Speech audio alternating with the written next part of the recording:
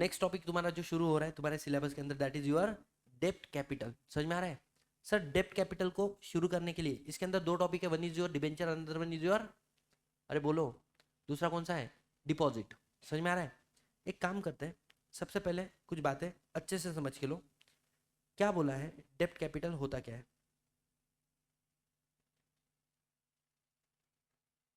है ना? सीधा मैं चार्ट पे आ जाऊं। देखो, कंपनी जब भी तू पैसा रेस कर रही है तो तेरे पास ऑप्शन है, तो एक तो इंटरनल रिसोर्सेज को यूज कर या फिर तो एक्सटर्नल रिसोर्सेज को यूज कर। इंटरनल रिसोर्स क्या हो गया कि तू शेयर इशू कर दे अपने, समझ में आ रहा है क्या? या तू बोनस इशू कर दे, तो जो रिजर्व में पैसा पड़ा है वो कहने से तू अब अपने मन से यूज कर सकती है। दूसरा तरीका है एक्सटर्नल सोर्स, बैंक से लोन लेना हो गया।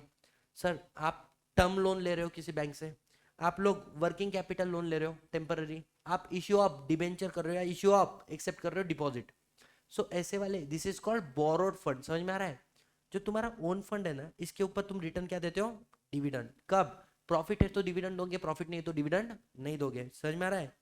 And there is no intention to repay the capital, but यहाँ पर क्या है, आपको इंटरेस्ट देना पड़ेगा, whether there is a profit there is a loss. और इसको बोलते हैं, दिस इज द मैकेनिज्म जहाँ पे interest again the charge of the company, मतलब again the charge of profit, profit हो या प्रॉफिट ना हो, you need to pay the interest. Sir अब there are two types of borrowing, one is your power of board. सुनना, सबसे important बात क्या बोलता है?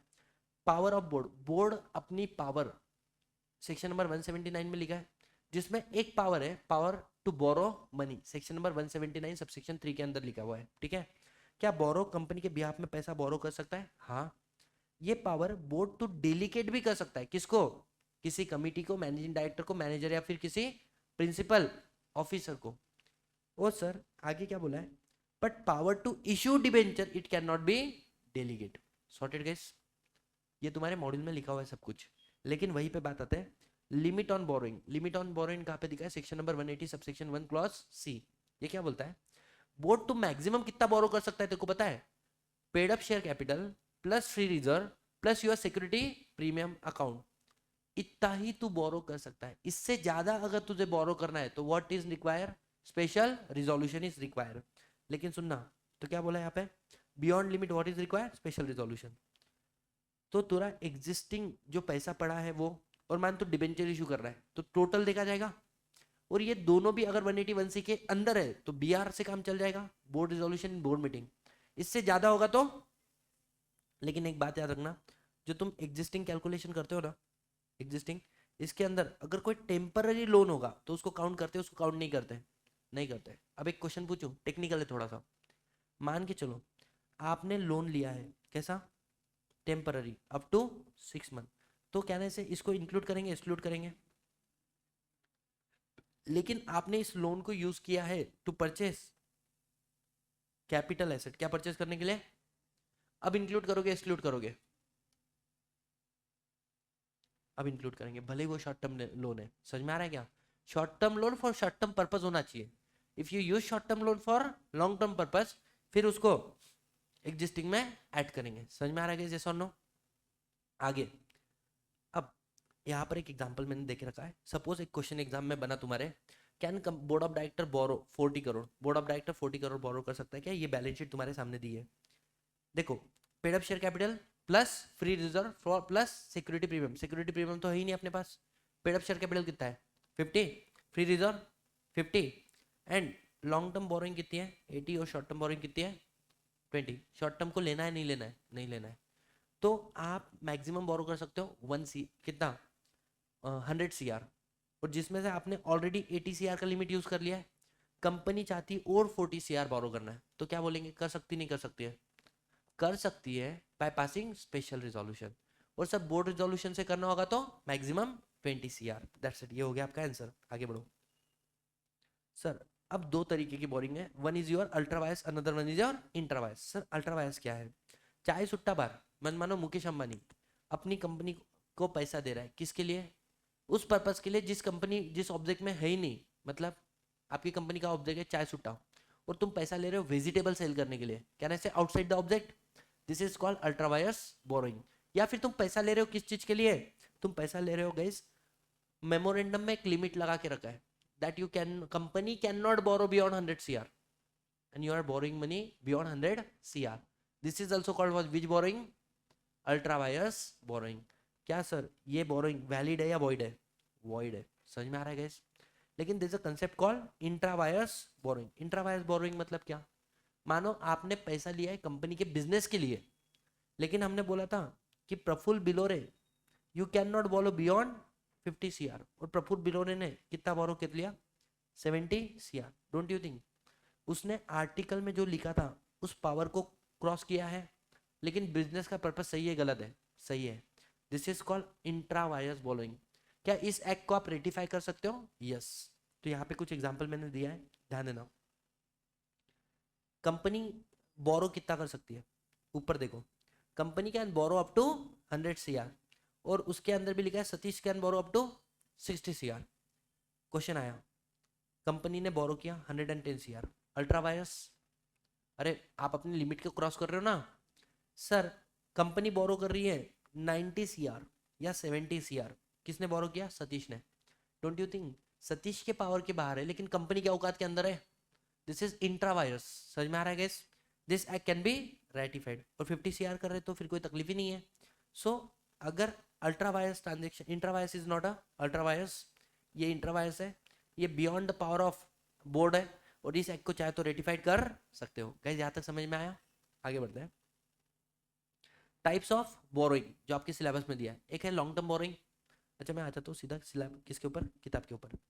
पावर ऑफ बोरो ये हो गया अपना, अरे है ना, 179 181 से हो गया. अल्ट्रावाइज बोरोइंग हो गया और इंट्रावाइज बोरोइंग भी हो गया. सर लॉन्ग टर्म बोरोइंग, जब आप पैसा बोरो कितने साल के लिए कर रहे हो? More than 5 year. जनरली क्यों करते हो?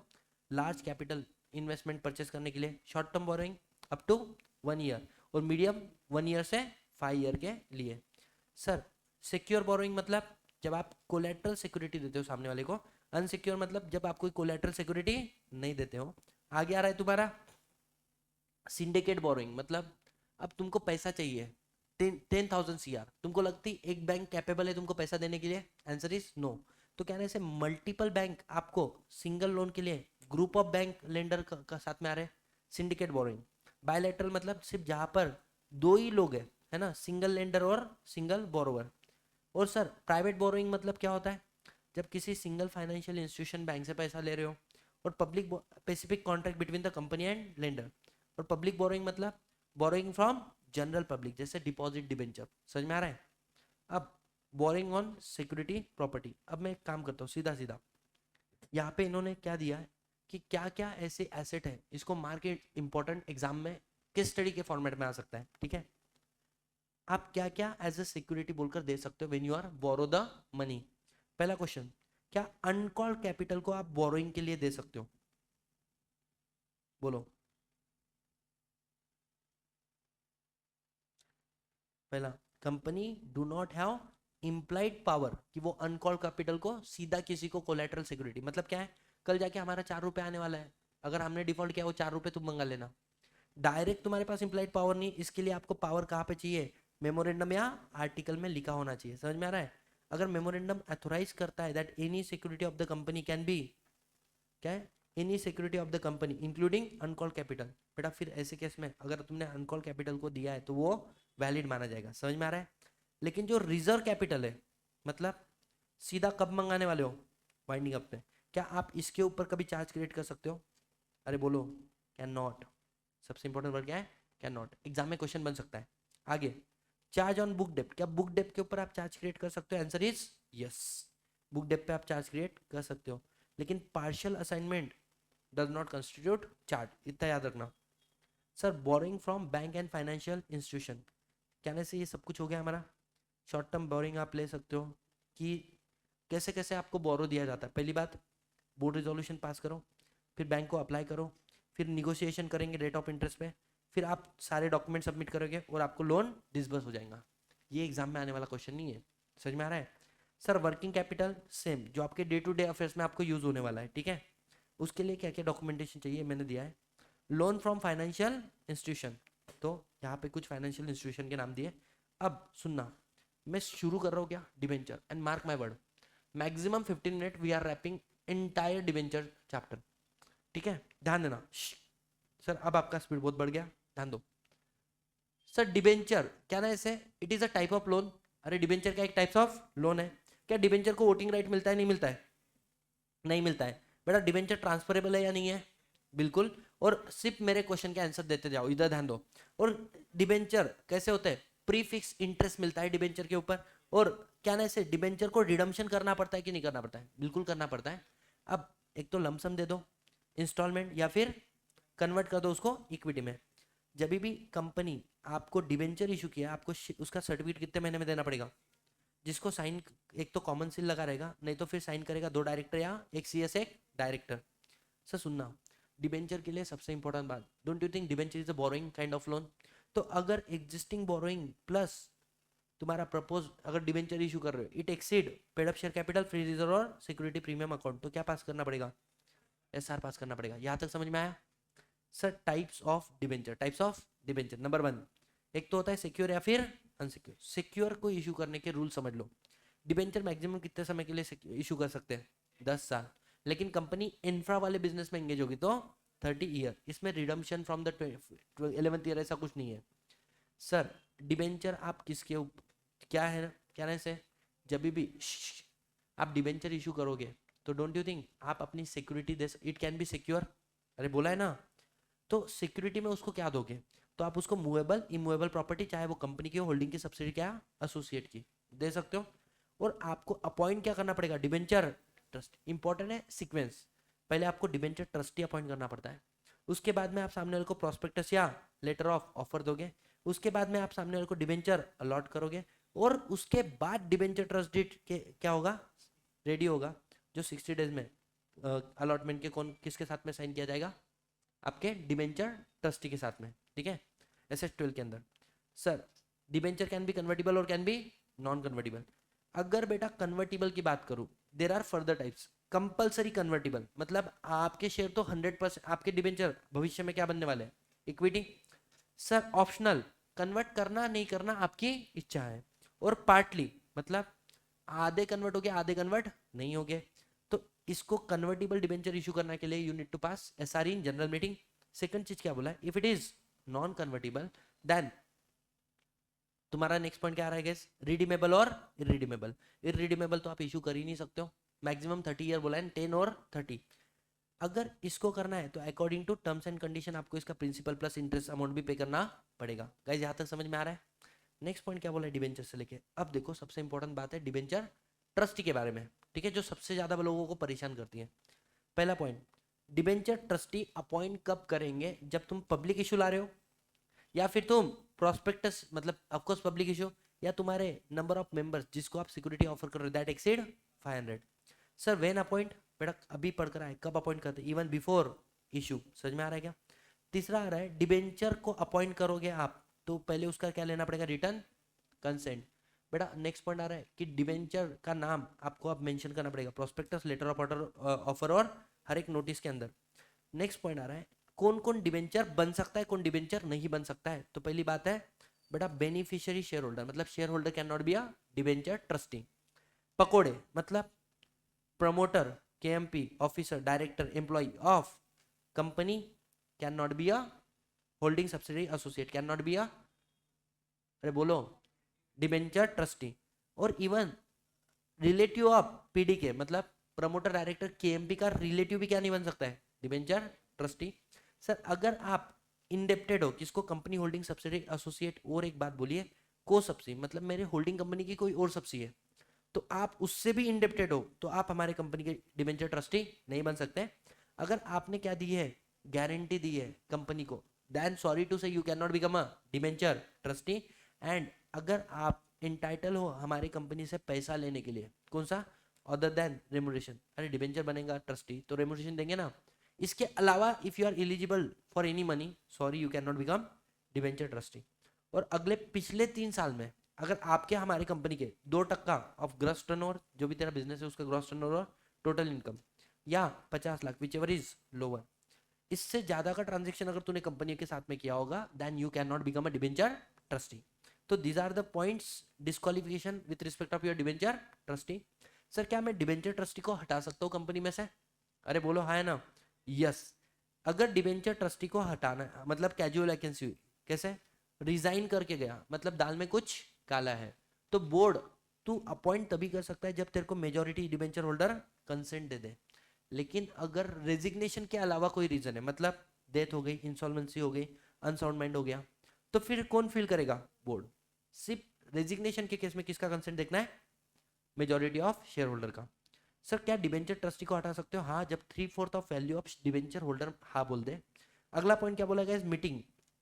मीटिंग में क्या बोला है कि डिबेंचर ट्रस्टी कभी भी मीटिंग बुला सकता है सुओ मोटो, लेकिन किसी इवेंट के होने पे। इवेंट क्या है कि शायद कंपनी ने ब्रीच ऑफ ट्रस्ट किया है, डिफॉल्ट किया है, या फिर जो लग रहा है उसको कि डिबेंचर होल्डर का इंटरेस्ट अफेक्ट हो रहा है, ही विल कॉल। या फिर खुद डिबेंचर होल्डर जिनके पास 1/10 ऑफ वैल्यू ऑफ शेयर क्या है डिबेंचर है, इन्होंने रिक्वेस्ट किया तो डिबेंचर ट्रस्टी तेरे को झक मार के क्या बुलाना पड़ेगा? मीटिंग बुलाना पड़ेगा। आगे sir duties of debenture trustee, दो ड्यूटी इंपॉर्टेंट है क्या? प्रोटेक्ट द इंटरेस्ट और रिड्रेस द ग्रीवेंस। लेकिन सर इसके अलावा भी तो काफी सारी ड्यूटीज है। Example, terms of issue must be incorporated in debenture trust deed. जो टर्म्स ऑफ इशू थे वो ट्रस्ट डीड में डाले कि नहीं डाले। आगे टर्म्स एंड कंडीशन ऑफ क्या है debenture trust deed is not against the debenture holder. उसके बाद में call performance report periodically. Performance report मंगाएगा कि तुम लोग जैसे बोल रहे हो वैसे काम कर रहे हो नहीं कर रहे हो, तुमने हमारा पैसा सही जगह पे यूज किया है नहीं किया है। इंश्योर सफिशिएंट फंड होने चाहिए कंपनी के पास, एसेट होने चाहिए कि वो हमारी डेप्ट को रीपे कर सके। और ensure that a company does not breach the terms and condition of debenture trust deed. बेटा कीप डिबेंचर होल्डर इन्फॉर्म अगर कुछ गलत हो रहा है तो। Call meeting of debenture holder, सबसे इंपॉर्टेंट लास्ट के 2 point. Appoint nominee director. Nominee director कब अपॉइंट कर सकते हो? क्या ना ऐसे अगर 2 से ज्यादा साल तक आपको डिविडेंड पे नहीं किया, या चार्ज क्रिएट करना था, चार्ज क्रिएट नहीं किया, या फिर डिफॉल्ट किया है रिडम्पशन में, तो हम लोग किसको अपॉइंट करेंगे? नॉमिनी को। और बेटा आप सीधा एनसीएलटी के पास चल जाओ कब? अगर इनकी एसेट सफिशिएंट नहीं है और कंपनी और बोरो कर रही है तो कंपनी को रोकना पड़ेगा। तो बोले if there is no sufficient asset, company सीधा अप्लाई कर देना किसको? एनसीएलटी को। एनसीएलटी हियर करेगी बोथ द पार्टीज और उसके बाद में फर्दर रिस्ट्रिक्शन डालेंगी, अब तुम वापस बोरोइंग मत करो। कहने से we are done with the debenture से लेके सारे पॉइंट। सर डिबेंचर के ऊपर तो बहुत सारी लगा के रख दी कंपनी एक्ट ने। क्या हम डिबेंचर को माफ कर सकते हैं इन कि तूने अगर तेरी ड्यूटी परफॉर्म नहीं की चलेगा? नहीं। अगर तुमने कोई भी एग्रीमेंट किया डिबेंचर के साथ में, ठीक है, तो वो एग्रीमेंट जहाँ पे उसको आप लाइबिलिटी से फ्री कर रहे हो उस एग्रीमेंट को क्या मानेंगे? वॉइड। हाँ, डिबेंचर ने गलती किया तो उसको बख्श दे सकते हो तुम, मतलब भाई चल तू नॉट लाइबल। कब? Majority of debenture holder holding 3/4 of value agree करे तो आप बोल सकते हो debenture you are not liable. Are we understanding this? Yes और नो?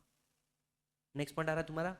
और अगर कंपनी कोई डिफॉल्ट करती है ना, डिबेंचर होल्डर या डिबेंचर ट्रस्टी सीधा एनसीएलटी को अप्लाई करेंगे, वो कंपनी को ऑर्डर देगी इमीडिएटली पेमेंट कर दो, रिडम्पशन कर दो किसका? डिबेंचर का। समझ में आ रहा है? अब लास्ट पॉइंट, सारा बच्चा जमाने भर का यहाँ पे कंफ्यूज है। DRR और DRF कितने लोगों को कंफ्यूजन है? डिवेंचर रिडम्पशन रिजर्व और debenture redemption fund. Anyone any idea? याद है क्या कुछ? ये वाला कंसेप्ट मालूम है? बहुत बढ़िया बच्चों ध्यान देना।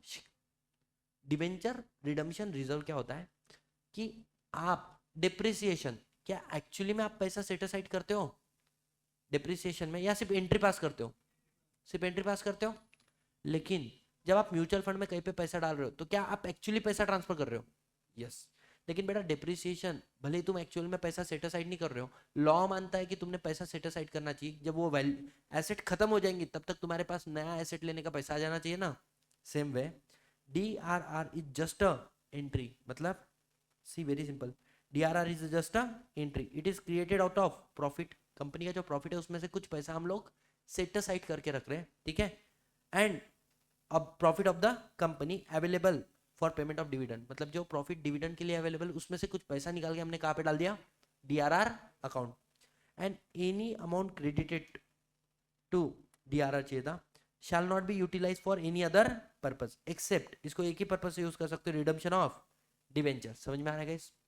और व्हाट इज DRF? DRF मतलब क्या होता है कि जो पैसा है वो आपने एक्चुअली कहीं पे इन्वेस्ट करके रखना है। समझ में आ रहा है? तो कहाँ पे कर सकते हो? शेड्यूल बैंक में कर दो, या फिर गवर्नमेंट सिक्योरिटी में कर दो, या फिर security as per Indian trust act में कर दो, या फिर bond as per Indian trust act. चार बातें बताओ क्या कहाँ पे? सिक्योरिटी, शेड्यूल बैंक, या फिर गवर्नमेंट सिक्योरिटी, या फिर security as per Indian trust, या फिर bond as per Indian trust.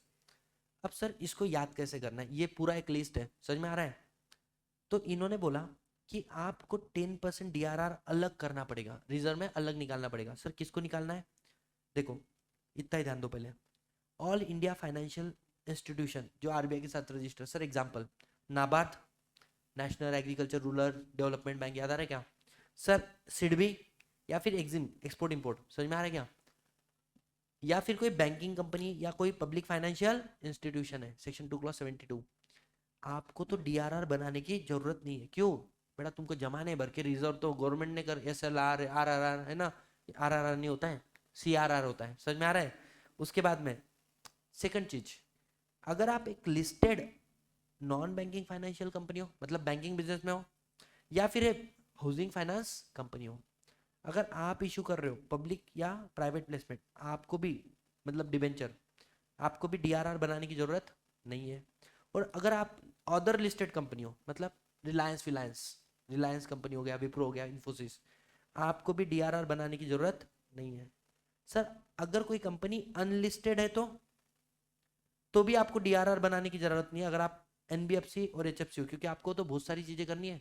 और सर ये तो प्राइवेट प्लेसमेंट करेंगे, क्यों? बिकॉज ये पब्लिक इशू कर ही नहीं सकते, कंपनी क्या है? अनलिस्टेड। और sir other company, other unlisted company मतलब नॉर्मल कंपनी, आपको डीआरआर बनाना है कितना? 10%। क्या पहला पॉइंट समझ में आया?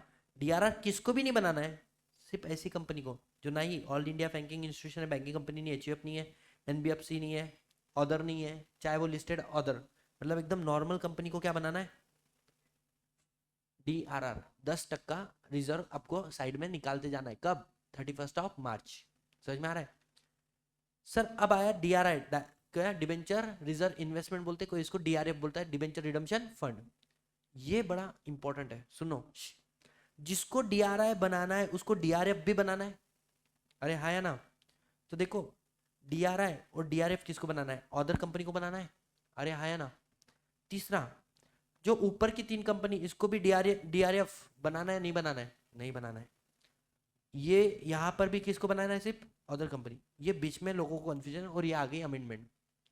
पहले इनमें से भी किसी को भी नहीं बनाना पड़ता था, अब बढ़ा दिया इन्होंने। If you are listed company, आप पब्लिक इशू जा रहे हो ना, डीआरएफ बनाना पड़ेगा, प्राइवेट प्लेसमेंट के लिए नहीं। If you are listed other ना, पब्लिक इशू के लिए, मतलब सर समराइज कर दो, जो अदर कंपनी है आपको डीआरआर और डीआरएफ दोनों बनाना है। अरे हाँ है ना? और डीआरएफ, सिर्फ डीआरएफ, जिसको डीआरआर नहीं बनाना है, सिर्फ डीआरएफ बनाने वाला कौन है? If you are a listed company, चाहे आप नॉन बैंकिंग फाइनेंशियल हो, हाउसिंग फाइनेंस हो, चाहे अदर हो, अगर आप पब्लिक इशू कर रहे हो ना, आपको डीआरएफ बनाना है। Guys here we are done with what? Entire debenture chapter. समझ में आ रहा है?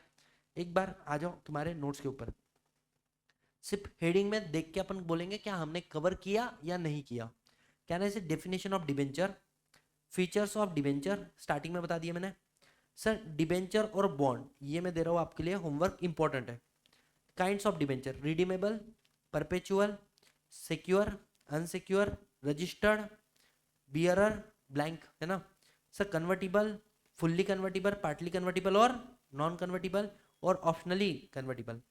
मैक्सिमम टेन्योर याद आ रहा है? 20 और 30, 10 और 30। ठीक है सर। उसके बाद में डिबेंचर ट्रस्ट डीड के बारे में हम लोगों ने बात कर लिया था। उसके बाद में नेक्स्ट पॉइंट क्या आ रहा है? इधर ये वाला देख लेना, 60 days रहेगा। ठीक है। डिबेंचर प्रीमियम पे इशू कर सकते हो, यस। डिस्काउंट पे, अरे कर सकते हो, कोई तकलीफ नहीं है। डिबेंचर ट्रस्टी, क्योंकि share can not issue at discount, debenture तो कर ही सकते हो ना। डिबेंचर ट्रस्टी कौन होता है? Disqualification of debenture trustee done. अरे हाँ ना?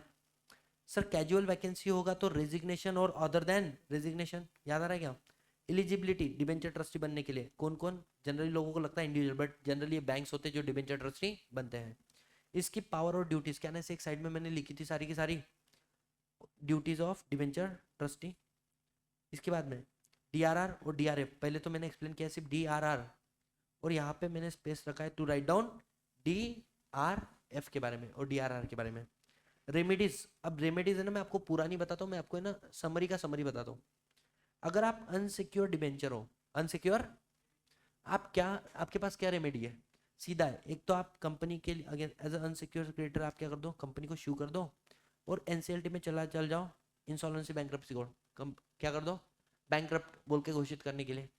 सर मैं सिक्योर हूँ, आपके पास ज़्यादा अधिकार है, आप कंपनी को शू भी कर सकते हो, आप उस प्रॉपर्टी जो सिक्योर है उसको सेल भी कर सकते हो, आप अपॉइंट कर सकते हो ऑफिशियल रिसीवर जो उस एसेट को सेल करेगा, आप ट्रस्टी में भी सेल, या फिर सिक्योर है तो ट्रस्टी अपॉइंट है, ट्रस्टी शायद खुद उस प्रॉपर्टी को सेल कर दे, या फिर नहीं कुछ तो आप भी इंसॉल्वेंसी बैंक्रप्सी का पिटीशन लगा सकते हो।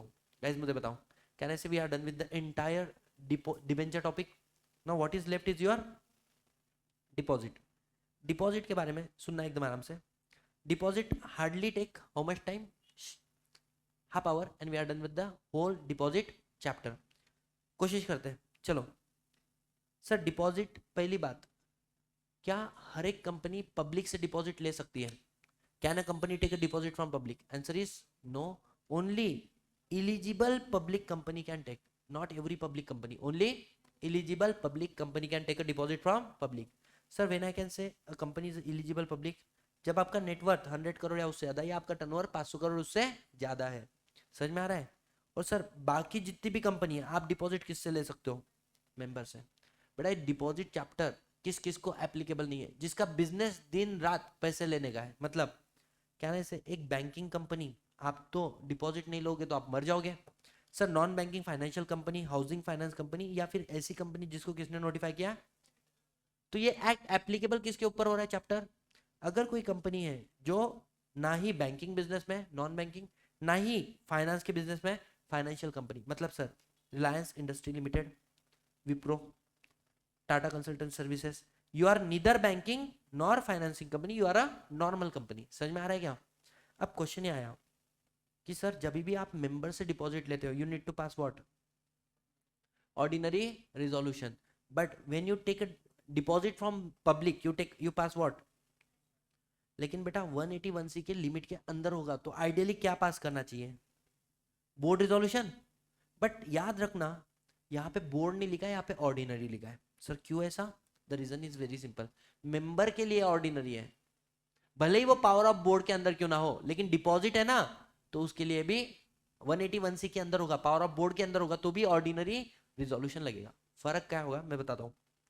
अगर आप डिबेंचर बोरो कर रहे हो किसके, 181C के अंदर, तो क्या हो जाएगा? बीआर। सर आप non convertible debenture private placement कर रहे हो 181C के अंदर, बीआर। लेकिन अगर आप यहाँ पर डिपॉजिट ले रहे हो 181C के अंदर, तो क्या पास होगा? OR, not a BR. समझ में आ रहा है गाइस? सर जब भी मैं डिपॉजिट क्या करूंगा, लूंगा, तो there are 5 condition which I need to satisfy. Number 1, आपको मेंबर को देना पड़ेगा सर्कुलर डीपीटी 1। समझ में आ रहा है? जिसके अंदर आप बताओगे financial position of the company, आपकी कंपनी की क्रेडिट रेटिंग, आपकी कंपनी के एग्जिस्टिंग डिबेंचर होल्डर कितने हैं और कितना डिबेंचर आउटस्टैंडिंग है। समझ में आ रहा है? साथ ही साथ में ये डीपीटी 1 आपने किसको दिया रे? किसको दिया? मेंबर को। मेंबर को देने के पहले 30 दिन के अंदर किसको देना है? आरओसी को। समझ में आ रहा है guys? Within 30 days before issue to member. इसका मतलब क्या है? 30 तारीख को तुमने मेंबर को दिया ना, 1 तारीख के बाद में और 30 तारीख के पहले किसको देना है? लोगों का इंटरप्रिटेशन गलत यहाँ पे, 30 तारीख 30 दिन के पहले, not 30 day before. Within 30 day before issue to member, 2 word है, विद इन और बिफोर। ठीक है? सेकंड चीज क्या है कि अगर आप डिबेंचर, जा सकते हो मैडम, अगर आप डिबेंचर इशू कर रहे हो, समझ में आ रहा है, डिपॉजिट इशू कर रहे हो, कल जाके, हाँ कल जाके डिपॉजिट को क्या करना पड़ेगा? रिडीम करना पड़ेगा। तो उसके लिए आपको एक अकाउंट बनाना पड़ता है, DRRA account. Sir what is DRRA account? DRRA account का मतलब ऐसा है, सुनो, आपका फाइनेंशियल ईयर चल रहा है 24-25 और फाइनेंशियल ईयर है 23-24, तो बोलता है कि जो अगले साल डिपॉजिट क्या होने वाला है? मैच्योर होने वाला है, उसका पहले साल के 30 अप्रैल के तक 20% अमाउंट क्या कर देना है?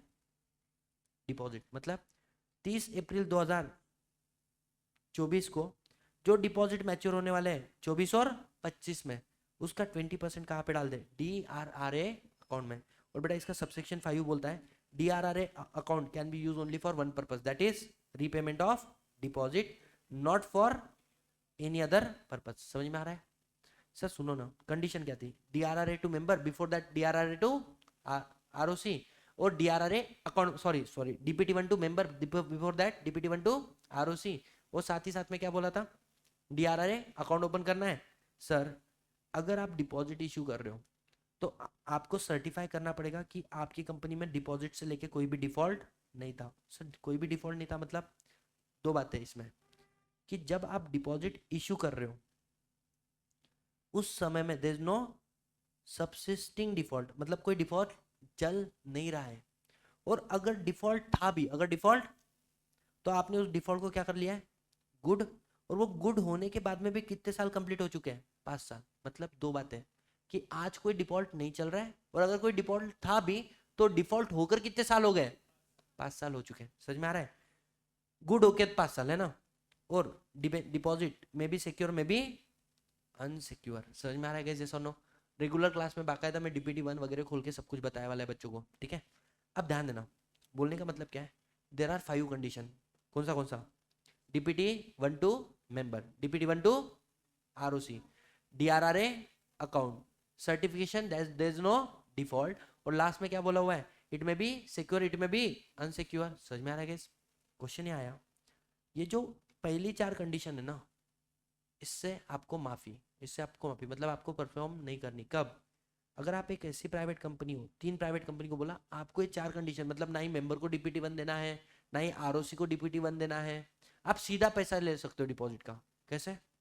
अगर आपका डिपॉजिट अमाउंट 181C के लिमिट के अंदर है, मतलब paid up plus FR plus SPA उतने अंदर है ना, don't follow any condition. Sir अगर आप स्टार्टअप कंपनी हो तो पहले 5 साल, ध्यान देना, पूरे कंपनी लाइफ में स्टार्टअप के लिए वर्ड यूज है 10 साल, यहाँ पे वर्ड क्या है 5 साल। 5 साल काय के लिए, नॉट टू कंप्लाई कंडीशन, 10 साल भी है यहाँ पे आगे। सर आऊंगा मैं उस पॉइंट पे, फिर से इस पॉइंट को कनेक्ट करूंगा। आपको ये 4 कंडीशन, मेंबर, ROC, सर्टिफिकेशन, और क्या बोला है DRRA अकाउंट, एप्लीकेबल नहीं है if you are a startup company the first 5 year, if you are IFSC public company, या फिर सुनो ऐसी प्राइवेट कंपनी जो 3 कंडीशन को सेटिस्फाई कर रहा है, मतलब स्पेसिफाइड प्राइवेट कंपनी। कौन सी सर? जो ना ही किसी की एसोसिएट है ना ही किसी की सब्सिडरी है, जिसका borrowing toys of paid up share capital और 50 crore whichever is lower. मान के चलो मेरी बोरोइंग जो है, मेरा पेड अप शेयर कैपिटल कितना है 20 करोड़, तो टॉइस ऑफ बोरोइंग कितना हो जाएगा 40 करोड़ और 50 crore whichever is lower 40। अगर मेरी बोरोइंग इसके नीचे है और कोई भी, मैं किसी की ना सब्सिडी हूँ ना किसी की एसोसिएट हूँ, और मैंने इस बोरोइंग से लेके कोई डिफॉल्ट भी नहीं किया है, then in that case I need not to comply with all this. किस किस को एग्जाम्पशन दिया है बताओ? पहला प्राइवेट कंपनी जो पहले पास स्टार्टअप वाला छोड़ दे, 181C की लिमिट के अंदर तुम डिपॉजिट ले रहे हो, या फिर जो ऐसी प्राइवेट कंपनी जो 3 कंडीशन को सेटिस्फाई कर रही है। कौन सी?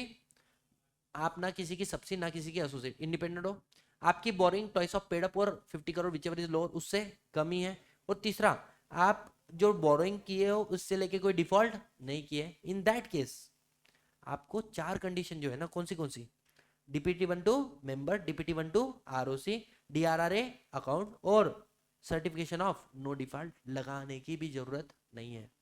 But sir try to understand, I am accepting deposit from home public, तो ऐसे केस में आपको 1 से 4 कंडीशन तो सेटिस्फाई करना है, मतलब DPT1 to member, DPT1 to ROC, DRRA account और नो डिफॉल्ट सर्टिफिकेट, ये तो लगेगा। इसके अलावा कंपलसरी हो जाएगा आपके लिए क्या, क्रेडिट रेटिंग हर साल लेना पड़ेगा जब तक तुम्हारा डिपॉजिट चल रहा है। समझ में आ रहा है? और साथ ही साथ में अगर आपने चार्ज क्रिएट किया है ना, मतलब सिक्योरिटी सिक्योर होगा, तो 30 डेज के अंदर चार्ज क्रिएट करना पड़ेगा। और DPT1 जो होता है नॉर्मली आप मेंबर को देते हो, लेकिन जब पब्लिक इशू करते हो तो DPT1 जो होता है इन द फॉर्म ऑफ एडवर्टाइजमेंट होता है, आपको इंग्लिश और वर्नेकुलर लैंग्वेज के न्यूज़पेपर में डालना पड़ता है। क्या यहाँ तक समझ में आया? अरे हाँ या ना? क्वेश्चन मेरे सामने आया, क्या आपको 5 कंडीशन पब्लिक और प्राइवेट की समझ में आई? हाँ या ना? अब मैं सीधा सीधा लेकर आ रहा हूँ तुमको समरी नोट्स पे, वो सारे प्रोविजन का क्रिप्स में प्रोविजन बता रहा हूँ। चलो पहली बात, किसको डिपॉजिट नहीं बोलेंगे उसको लास्ट पे आता हूँ मैं, क्योंकि एक्सेप्शन ऑफ डिपॉजिट है ना, जो ही सबसे मेन है। आ जाओ पहला पॉइंट, डिपॉजिट का डेफिनेशन छोड़ दो, नेक्स्ट पॉइंट पे आ जाओ। Prohibition on acceptance of deposit. एक कंपनी, आप किससे डिपॉजिट नहीं ले सकते हो? पब्लिक से डिपॉजिट नहीं ले सकते हो जब तक आप क्या नहीं करो, सेक्शन नंबर 76 को कंप्लाई नहीं करो। मतलब सेक्शन 76 क्या है? पब्लिक डिपॉजिट है ना सर। उसके बाद में ये प्रोहिबिशन किसके ऊपर एप्लीकेबल नहीं है? बताया था, banking company, NBFC, housing finance और एनी अदर कंपनी जिसको सीजी ने नोटिफाई किया है। नॉन इलिजिबल कंपनी, अगर आप इलिजिबल कंपनी हो आप पब्लिक से तो डिपॉजिट ले सकते हो, लेकिन आप इलिजिबल नहीं हो तो आप डिपॉजिट किससे ले सकते हो? सिर्फ और सिर्फ अपने मेंबर से ले सकते हो। और किससे नहीं ले सकते हो? पब्लिक से ले नहीं सकते हो। समझ में आ रहा है? आगे इलिजिबल कंपनी कौन रहे? तो बोले इलिजिबल कंपनी पहले क्या होनी चाहिए? Public company. एक तो इसका नेटवर्थ 100 करोड़ से ज्यादा होना चाहिए, या फिर इसका टर्नओवर 500 करोड़ से ज्यादा होना चाहिए। और इसको क्या लेना पड़ेगा? Special resolution. लेकिन एक बात याद रखना, 181C के लिमिट के अंदर होगा तो क्या लेना पड़ेगा? Ordinary resolution. कंपलसरी आपको क्या लेना पड़ेगा? Credit rating. और अगर चार्ज सिक्योर है तो आपको 30 डेज में क्रिएट करने पड़ेंगे चार्जेस। कहने से सारे पॉइंट हो गए थे हमारे। सर अगर आपको डिपॉजिट एक्सेप्ट करना है तो क्या क्या कंडीशन है? पहला देखो, अगर आप नॉन इलिजिबल हो गए, company that are not eligible under section number 76 में accept deposit from member, approval by special resolution. Special की जगह पे आप करो कौन सा? Ordinary resolution. ठीक है, सीधी सी बात है, पहले कौन सा अप्रूवल लगेगा? ऑर्डिनरी रिजोल्यूशन ना, क्योंकि मैं बात किसका कर रहा हूँ? डिपॉजिट फ्रॉम मेंबर, तो इसको कट कर दो। दूसरा, issue of circular to member, issue of circular to ROC, no default certificate, कि हमने कोई डिफॉल्ट नहीं किया, और डिफॉल्ट किया भी होगा रेक्टिफाई करके भी उसको 5 साल हो चुके हैं। प्रोवाइड सिक्योरिटी अगर चार्ज क्रिएट होगा तो। और deposit repayment 20% deposit maturing 30 April of next year, मतलब 30 अप्रैल ऑफ दिस ईयर को जो डिपॉजिट मैच्योर हो रहे कब? अगले साल। ठीक है, लिखो 20% of deposit maturing next financial year by 30th April of the current financial year। यहाँ पे करो 30th April of the current financial year को आपको डिपॉजिट करना है। और this account can be use only for one purpose, that is repayment of deposit. बेटा ये जो तुम लोग circular in the form of advertisement दे रहे हो, कब दे रहे हो? जब डिपॉजिट किससे लेते हो? पब्लिक से। ठीक है, उसके बाद में ऑडिटर का सर्टिफिकेट आपको अटैच करना पड़ता है। क्या? सेम बात कि देयर इज नो डिफॉल्ट, और डिफॉल्ट हुआ है तो डिफॉल्ट को गुड करके 5 साल हो चुके हैं। Filing with ROC. अब इन्होंने किसके बारे में बात करना शुरू कर दिया है? Now they started talking about, public से भी ले रहे हो तो validity of circular market important. सुनो, अगर आज आपने कोई सर्कुलर क्या किया है? इशू किया है, ये सर्कुलर के नाम पे आप कितने दिन तक डिपॉजिट ले सकते हो? आपने मानो अक्टूबर 2024 को सर्कुलर इशू किया, आपका फाइनेंशियल ईयर कब एंड होगा? 31 मार्च 25 को। 30 महीने में 30 सितंबर क्या हो जाता है? 6 मंथ हो जाते हैं तुम्हारे, बस इस दिन तक वैलिड होता है। और सर अगर मेरी एजीएम पहले हो गई तो then the date of AGM तक। समझ में आ रहा है गाइस? देखो sir 6 month after the close of the financial year and date of AGM whichever is earlier. तो ये इंपॉर्टेंट कंसेप्ट है तुम्हारे लिए, एग्जाम में केस स्टडी बन सकता है इसका। Sir annual update, fresh circular advertisement, अगर ये तुम्हारा एक बार डिपॉजिट ये खत्म हो गया ना, फिर आपको फ्रेश सर्कुलर इशू करना पड़ेगा। टेन्योर ऑफ डिपॉजिट, सुनो डिपॉजिट कितने महीने का हो सकता है? 6 महीने से लेके 36 मंथ का। इससे शॉर्टर अलाउ है क्या? रुको पहले इसको समझो, आप कितना डिपॉजिट ले सकते हो? इलिजिबल कंपनी आप गवर्नमेंट वाली हो, मतलब गवर्नमेंट इलिजिबल कंपनी हो, आप अपने पब्लिक से प्लस मेंबर से मिला के ले सकते हो 35%। बट आप अदर इलिजिबल कंपनी हो, आप गवर्नमेंट कंपनी नहीं हो, आप पब्लिक से मैक्सिमम 25% और मेंबर से मैक्सिमम 10%। सॉर्टेड एकदम आराम से। Sir but I am not eligible company, I am not a, how much you can borrow? तो बोलो सुनो, अगर आप एक पब्लिक कंपनी हो ना, आप अपने मेंबर से देखो, आप में से कोई भी किससे नहीं ले सकता है, पब्लिक से तो ले, आपको किससे लेना पड़ेगा? मेंबर से। पब्लिक नॉन एलिजिबल कंपनी ले सकती मैक्सिमम 35%। समझ में आ रहा है? लेकिन अगर आप एक क्या हो, प्राइवेट कंपनी हो या आईएफएससी पब्लिक कंपनी हो, तो आप 100% तक ले सकते हो। समझ में आया? और सर एक कुछ स्पेसिफाइड प्राइवेट कंपनी है जो 100% के ऊपर भी ले सकती है। सर ये स्पेसिफाइड प्राइवेट कंपनी कौन सी है? हमने पढ़ लिया है, बताओ सर। नंबर 1, ऐसी प्राइवेट कंपनी जो क्या है, पहला पॉइंट बताओ, जो स्टार्टअप है। कितने साल हुए नहीं इसको बनके? सुनो सर, कहाँ पे 10 कहाँ पे 5, बच्चा कंफ्यूज होता है। अगर आपको बोरो करना है बियॉन्ड लिमिट तो वो 10 साल तक करा हुआ है, लेकिन पहले 5 साल तक आपको कंडीशन फॉलो करने की जरूरत नहीं है। मतलब पहले एग्जाम्पशन काय का मिला है? कंडीशन का। और दूसरा एग्जाम्पशन काय का मिला है? बोरोइंग का। Borrowing beyond limit allow up to 10 years, but without fulfilling condition 5 years। उसके अलावा सर और कौन सी प्राइवेट कंपनी? बेटा ऐसी प्राइवेट कंपनी जो 3 कंडीशन को सेटिस्फाई कर रही है। मतलब you are neither associate company, neither subsidiary, your borrowing shall not exceed twice of paid up share capital और 50 crore whichever is lower. और तीसरा, there is no default on such borrowing. कैसे वाला पॉइंट समझ में आया? अरे हाँ है ना। और सर दूसरा इसके अलावा जो प्राइवेट कंपनी, ठीक है ये वाला याद रखो, यहाँ तक किसी को कोई प्रॉब्लम? अच्छा सर, लेकिन मेरे को मान के चलो 6 महीने से छोटा डिपॉजिट एक्सेप्ट करना है, पॉसिबल है? 3 महीने तक का अलाउ है, लेकिन इसमें आप मैक्सिमम 10% कर सकते हो, चाहे आप पब्लिक से कर रहे हो चाहे आप प्राइवेट से कर रहे हो, depend upon nature of your company. समझ में आ रहा है? आ जाओ। So minimum 6, maximum 36। समझ में आ रहा है? एक्सेप्शन क्या है शॉर्ट टर्म बोरोइंग के लिए? Not lesser than how many months? अरे बोलो, not lesser than 3 month. Maximum borrowing उसके अंदर कितना? Not exceeding 10%। सर इंटरेस्ट जो आप पे करोगे डिपॉजिट के ऊपर वो कितना होना चाहिए? बोले सुनो, मैक्सिमम इंटरेस्ट और ब्रोकरेज आप उतना करोगे जो एनबीएफसी के लिए आरबीआई ने डिसाइड किया, उससे ज़्यादा आपको पे करने की जरूरत नहीं है। एथोराइजेशन, अगर मानो पहले क्या होता था रे, दिस मिस्टर ए और this mister B, this company. Company बोलती थी कि जो मेरे लिए डिपॉजिट होल्डर को ढूंढ के लाएगा मैं उसको क्या दूंगा? ब्रोकरेज। अब ये जो ए था ना, ये क्या करता? ये बी का नाम लगाता है। मेरे को किसने भेजा? बी ने। तो कंपनी बी को क्या देती थी? ब्रोकरेज देती थी ना, और ये ब्रोकरेज का पैसा वापस ए ले लेता था। अब जब बी जाता था वो क्या बोलता था? मेरे को किसने भेजा? ए ने। तो डोंट यू थिंक आप कंपनी को बना रहे हो? ऐसे वाले केस में बोल दिया आज के बाद में हर किसी को ब्रोकरेज नहीं मिलेगा, जिसको मिलेगा उसको ऑथराइज करना पड़ेगा राइटिंग के अंदर। दूसरा, और एक्चुअल बेसिस उसने ब्रोकरेज क्या लेकर आया, ब्रोकर लाया तो ही उसको देगा, अनऑथराइज पर्सन को ब्रोकरेज नहीं मिलेगा। कहने से ये लिमिट हम लोग पढ़कर आए अभी, मैक्सिमम डिपॉजिट। एग्जाम्पशन किसको है? Startup company for first 10 year और अदर एलिजिबल प्राइवेट कंपनी। मतलब आप ना ये सारी कंडीशन सेटिस्फाई कर रहे हो। क्रिएशन ऑफ सिक्योरिटी कब करना पड़ेगा? जब आपका एसेट सिक्योर है। लेकिन 3 बातें सुनना, बहुत इंपॉर्टेंट है, इसको भी स्टार करो बेटा। When I can say you are secure. आप सिक्योर कब माने जाओगे? नंबर 1, आप 100% सिक्योर हो। 100% मतलब प्रिंसिपल प्लस इंटरेस्ट। मैंने 100 करोड़ का डिपॉजिट लिया, with interest I am paying 20 crore extra interest, तो 120 crore principal plus interest asset से सिक्योर होना चाहिए। ये जो एसेट है ये कौन सी होनी चाहिए?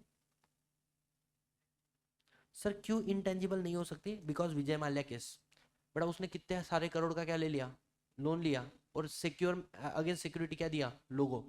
जब उस लोगो को सेल किया ना पहली बार auction sale, 10 crore was the highest bid, again the 3,000 crore उसको क्या दिया है? लोन। इसलिए बोला इंटेंजिबल एसेट नहीं चलेगा। और तीसरा क्या है से चार्ज इज क्रिएटेड, तो उसके ऊपर आपका पारी पासु फर्स्ट चार्ज क्रिएट होना चाहिए। देखो इलिजिबल कंपनी आप सिक्योर तभी माने जाओगे जब सिक्योरिटी क्रिएटेड है, टेंजिबल अमाउंट इस टेंजिबल एसेट पे ये कवर करना चाहिए क्या? उसकी जो मार्केट वैल्यू है ना उसमें तुम्हारा प्रिंसिपल प्लस इंटरेस्ट दोनों भी कवर होना चाहिए। समझ में आ रहा है? और सर सुनो ना, मेरा प्रिंसिपल प्लस इंटरेस्ट डाला है 120 करोड़ और मेरी वैल्यू ऑफ एसेट जो है वो है 110 करोड़। क्या बोलूंगा मैं? Secure, unsecure, partially secure? Secure, partially secure, unsecure? Unsecure. भले ही पार्शियली भी सिक्योर होगा उसको क्या मानेंगे, अनसिक्योर मानेंगे, ठीक है। सर मीटिंग ऑफ डिपॉजिटर करना पड़ सकता है, हाँ। Depositor trustee must call the meeting of the depositor अगर 1/10 ऑफ डिपॉजिटर ने रिक्वेस्ट किया है या कंपनी ने कोई डिफॉल्ट किया है, सेम बात हुआ। Sir liquidity of the asset, sufficient asset कहने से डीआरआर अकाउंट बनाने का है, 20% 30 अप्रैल of the deposit maturing the next financial year, समझ में आ रहा है।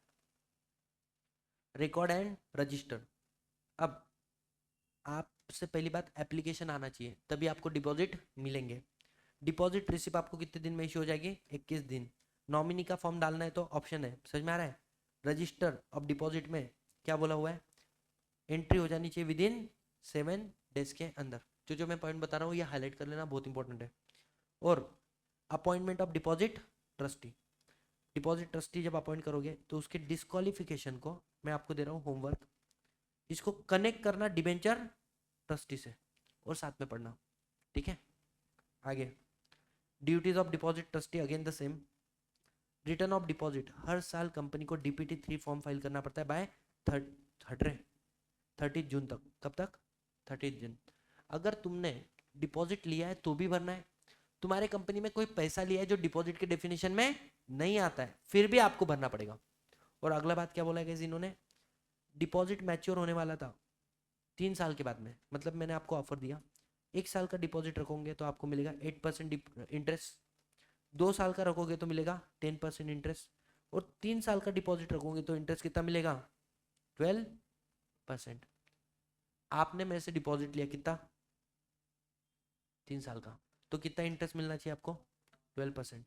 और आप मेरे पास आ गए डिपॉजिट को मैच्योर कराने के लिए, कब, 2 साल पे। बताओ मैं आपको कितना इंटरेस्ट दूंगा, नहीं, 1% कम करके। अब 1% कहाँ से कम करूं, 12 में से या 10 में से। मैंने जो कॉन्ट्रैक्ट में आपके साथ में फाइनल रेट किया था वो 12 था, लेकिन मैं 10 में से करूंगा या 12 से करूंगा, 10 से। क्यों 10 से, क्यों, क्योंकि वैसे तुम्हारे साथ में एग्री कितना है, 12। लेकिन अगर तुम पहले ही कॉन्ट्रैक्ट मेरे साथ में कितने साल का करते हैं तो आइडियली आपको कितना मिलता, तो बेटा इसमें से 1% माइनस करके 9% ही आपको मिला जाएगा। समझ में आ रहा है, लिख लेना वहां पे तुम, इफ यू सी यहाँ पे प्रॉपर तरीके से परमिटेड केसेस तो। लेकिन कभी भी आप डिपॉजिट क्या है 6 महीने के पहले मैच्योर नहीं कर सकते, प्री मैच्योर 1% डिडक्शन होगा।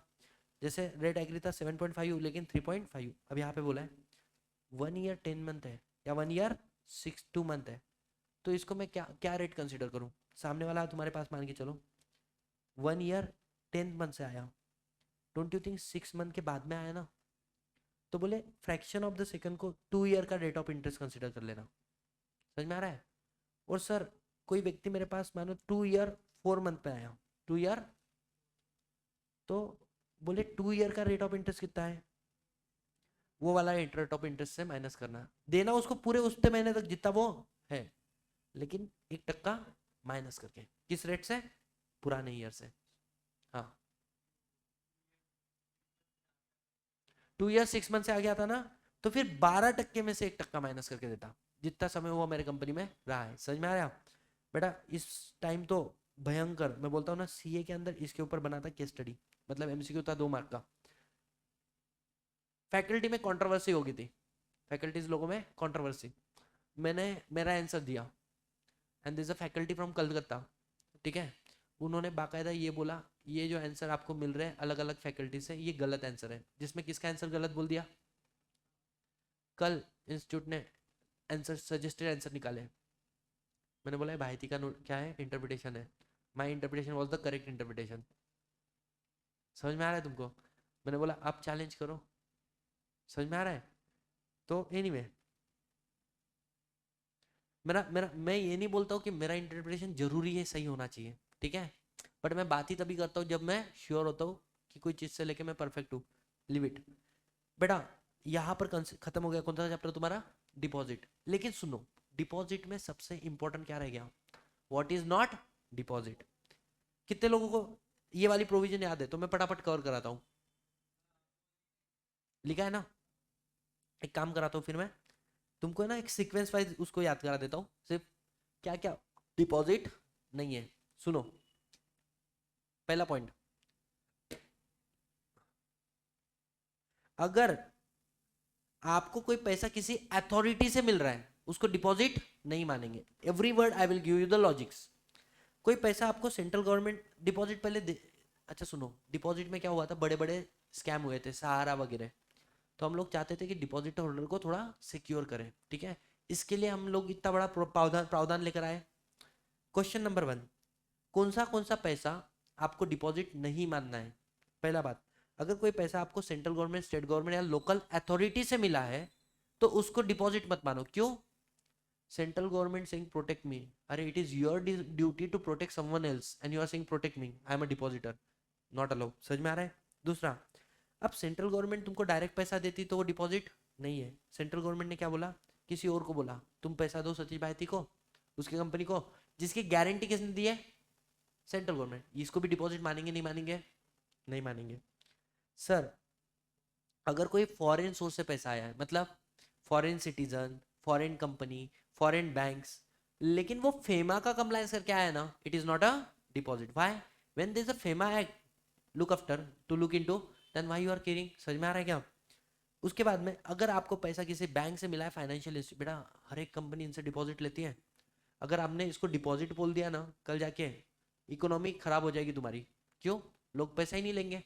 We are private company, not allowed to take a deposit from public and you are a public. तो इसलिए बोला बैंक, एसबीआई की सब्सिडरी से अगर कोई पैसा आ रहा है that is not a deposit. अगर आपको पैसा आ रहा है किसी पब्लिक फाइनेंशियल इंस्टीट्यूशन से, what is public financial institution? If you remember, LIC, IDFC, mutual unit trust of India, UTI, या फिर ऐसी कोई इंस्टीट्यूट जिसको सेंट्रल गवर्नमेंट ने नोटिफाई किया है ना, सेक्शन 2 क्लॉज 72 पढ़ लेना एक बार। सर किसी आपको कंपनी से पैसा आ रहा है, मतलब body corporate, inter corporate loan है ना, दैट इज अ डिपॉजिट और not a deposit? Not a deposit. और सर अगर मानो आपको पैसा किसी और सोर्स से आ रहा है जिसकी गारंटी किसने दी है? Sectoral regulator, that is also not consider as deposit. एक बार सारी बातें क्या क्या कवर है बताओ। पहला, गवर्नमेंट से आया हुआ पैसा, गवर्नमेंट ने गारंटी दिया हुआ पैसा, फॉरेन से आया हुआ पैसा, बैंकिंग बिजनेस से आया हुआ पैसा, किसी और कंपनी से आया हुआ पैसा, या किसी और सोर्स से पैसा है जिसकी गारंटी सेक्टरल रेगुलेटर ने दी है।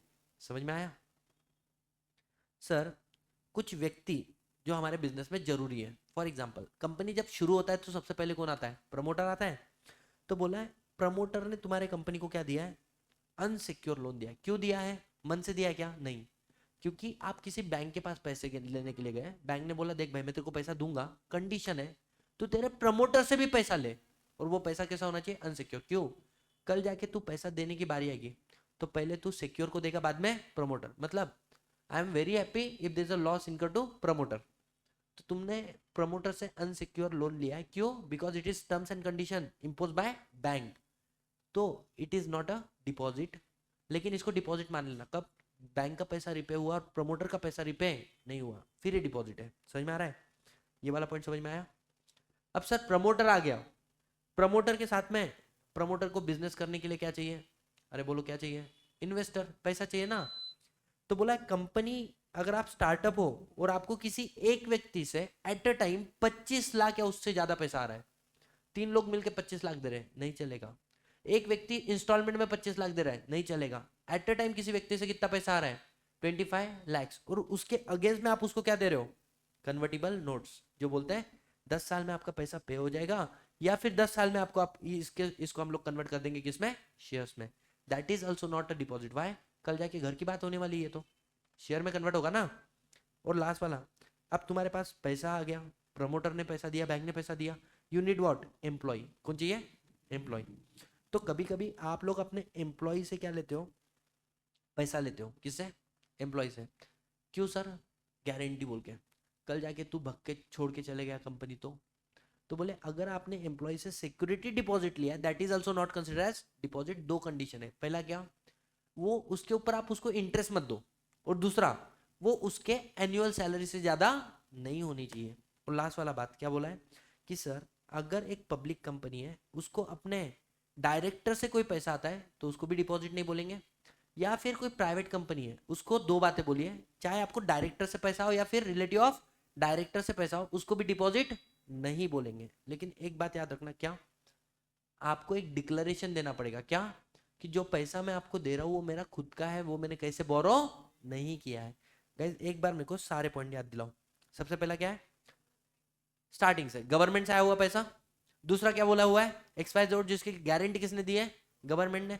तीसरा क्या बोला हुआ है, फॉरेन सोर्स से आया हुआ है, फेमा कंप्लाइज करके। तीसरा क्या बोला है, किसी बैंक से, पब्लिक फाइनेंशियल इंस्टीट्यूशन, किसी कंपनी से, या फिर किसी और सोर्स से जिसकी गारंटी सेक्टर रेगुलेटर ने दी है, डायरेक्शन दिया है। ठीक है सर, पर्सन में कौन कौन आया, डायरेक्टर, पब्लिक कंपनी के किसमें डायरेक्टर, प्राइवेट में डायरेक्टर उसका रिलेटिव, विद कंडीशन डिक्लेरेशन देवे।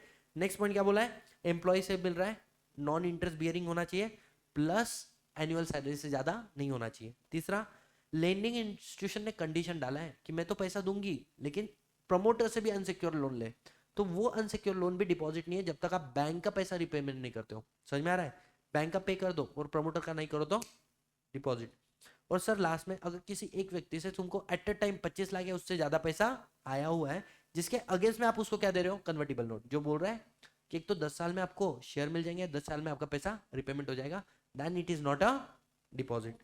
सर कुछ बातें इंपॉर्टेंट, मिसलिनियस, निधि कंपनी का काम है पैसा लेना, तो निधि को मिला हुआ पैसा डिपॉजिट नहीं है, चिट फंड को मिला हुआ पैसा डिपॉजिट नहीं है, या फिर जो सेबी रेगुलेटेड एंटिटी मतलब mutual fund, alternate investment fund, sir क्या है, डोमेस्टिक वेंचर कैपिटल फंड, या फिर रियल इस्टेट क्या बोल सकते हैं, इंफ्रास्ट्रक्चर ट्रस्ट है ना, इन्वेस्टमेंट ट्रस्ट, रिट जिसको बोलते हैं।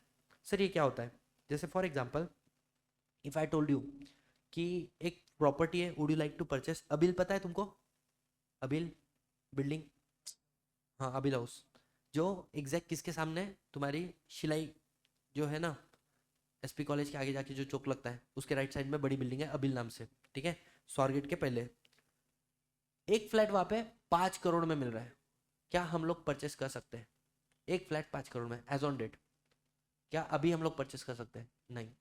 बट मैंने एक दिमाग लगाया, क्या 5 करोड़ पैसा चाहिए ना, मैंने 1,000 लोगों को जमा किया और मैंने सब लोगों से कितना पैसा ले लिया, से फॉर एग्जाम्पल कितने से, 50,000 से हो जाएगा ना, तो 5 करोड़ हो जाएंगे। अब मैंने 1,000 लोगों से पैसा लिया, 50,000 5 करोड़ हो गए, मैंने इन्वेस्ट किया। उसके बाद में क्या हो जाएगा कि भाई साहब वो एसेट का वैल्यू हो गया 12 करोड़, अब मैं उसको सेल कर रहा हूँ 12 करोड़। डोंट यू थिंक मैंने आप सबके बिहाफ में कोई प्रॉपर्टी परचेस की थी, और उस प्रॉपर्टी का आपने मानो 50 दिया, आपको अब कितना मिलेगा, 1,20,000, कितने साल के अंदर, 1 साल के अंदर। रियल इस्टेट जो तुम्हारा ये होता है ना, क्या बोल सकते हैं, इन्वेस्टमेंट ट्रस्ट, ये ऐसे काम रिट्स वाले करते हैं, हु रेगुलेटेड, सेबी। सो बेटा ये पैसा इनका तो धंधा है ना पैसा लेना, this is not consider as a deposit. Guys मोटा मोटी कहने से इतनी सारी प्रोविजन याद हुई।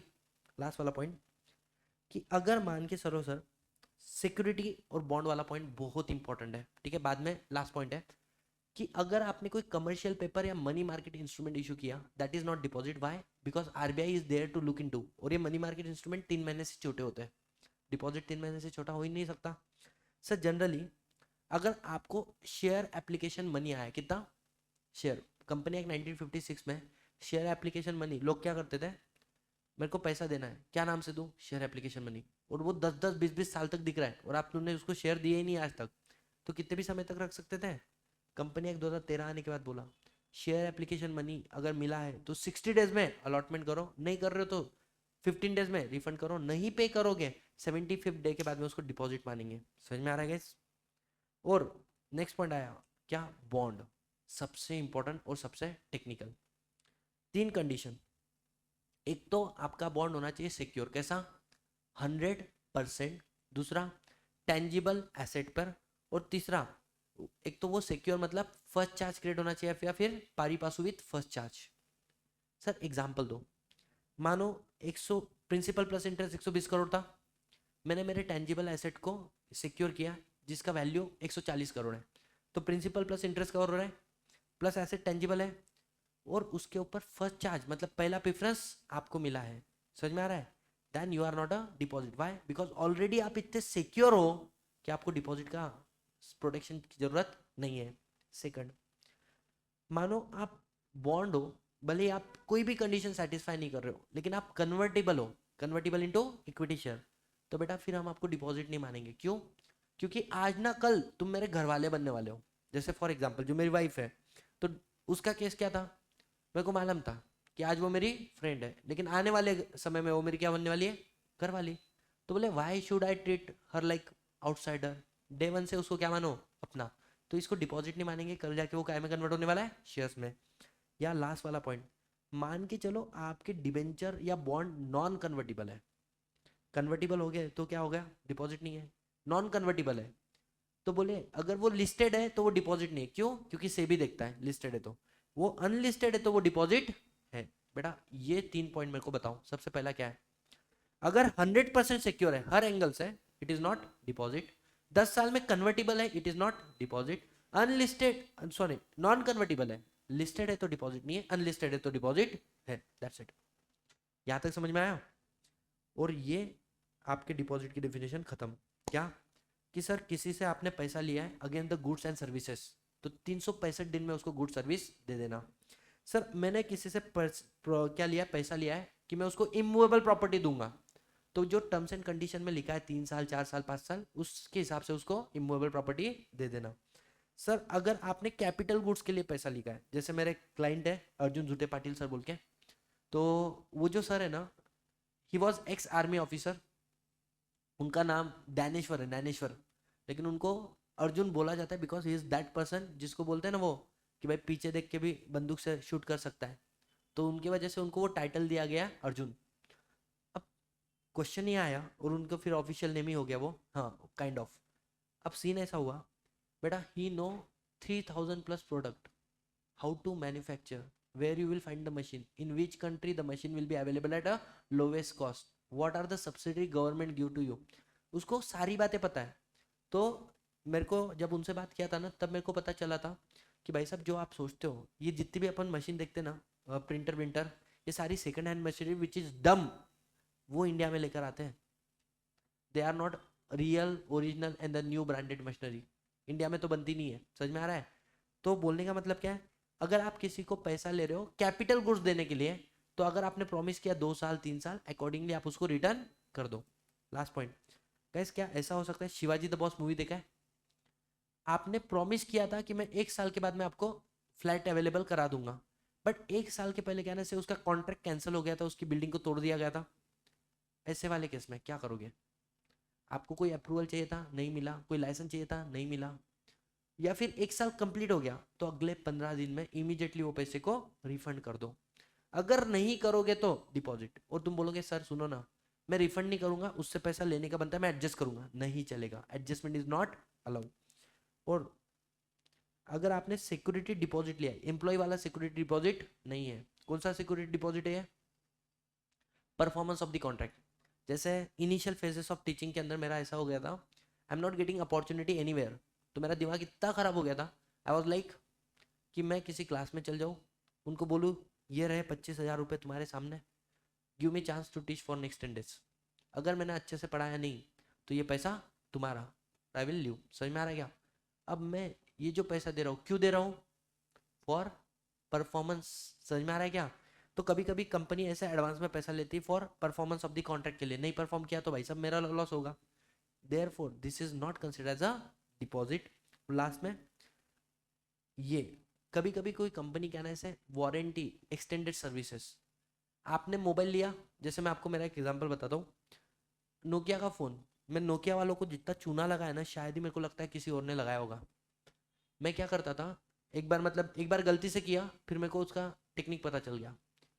एक फ़ोन लिया मैंने, मेरे पापा ने मेरे को C1 बोल के फर्स्ट डुअल सिम फ़ोन आया था, वो लेके दिया था। मेरे पापा घर पे गए, मैं अकोला में था रहने के लिए, मैं उस दुकान में वापस गया, मैंने वो फ़ोन रिटर्न किया और उसकी जगह पे 2 नॉर्मल फ़ोन लिए जिसमें रेडियो चलता था। शाम में मिला, एक फ़ोन मेरे दीदी के साथ में मेरे मम्मी के लिए भेजा और दूसरा फ़ोन मैंने खुद ने रखा। ऑलमोस्ट 1 साल होने में आया। अब मेरे को था कि भाई फ्री में सर्विस मिलती है 1 साल में, तो मेरे को था कि उस मोबाइल को सॉफ्टवेयर मार लेते, एक बार क्लीन कर लेते। मैं गया, सॉफ्टवेयर मारा, झूठे झूठा बोला ये प्रॉब्लम वो प्रॉब्लम वो प्रॉब्लम वो प्रॉब्लम वो प्रॉब्लम। उन्होंने बोला ठीक है सॉफ्टवेयर करना पड़ेगा, सॉफ्टवेयर किया, 300 रुपये बच गए। अब दूसरे दिन क्या पता क्या दिमाग में आया, मैंने फिर से वहाँ पे गया, मैंने बोला सर प्रॉब्लम सॉल्व ही नहीं हुआ। प्रॉब्लम था ही नहीं, पहले जाने के पहले ही प्रॉब्लम नहीं था, लेकिन अननेसेसरी सर प्रॉब्लम सॉल्व नहीं हुआ। उन्होंने फिर से सॉफ्टवेयर किया। मैंने बोला let's see try one more time. मैंने बोला सर प्रॉब्लम सॉल्व नहीं हुआ तीसरी बार जाके। दे आर लाइक कि मेजर इशू है। मैंने बोला तो बोले 7 दिन के लिए फोन कंपनी में भेजना पड़ेगा। अब क्या मन में आया, मैंने बोला सर मेरे को कोई फोन मिलेगा? बोले नहीं मिलेगा। बोला ठीक है चलेगा, मैं फर्स्ट ईयर में था। मैंने बोला ठीक है, नहीं तो नहीं।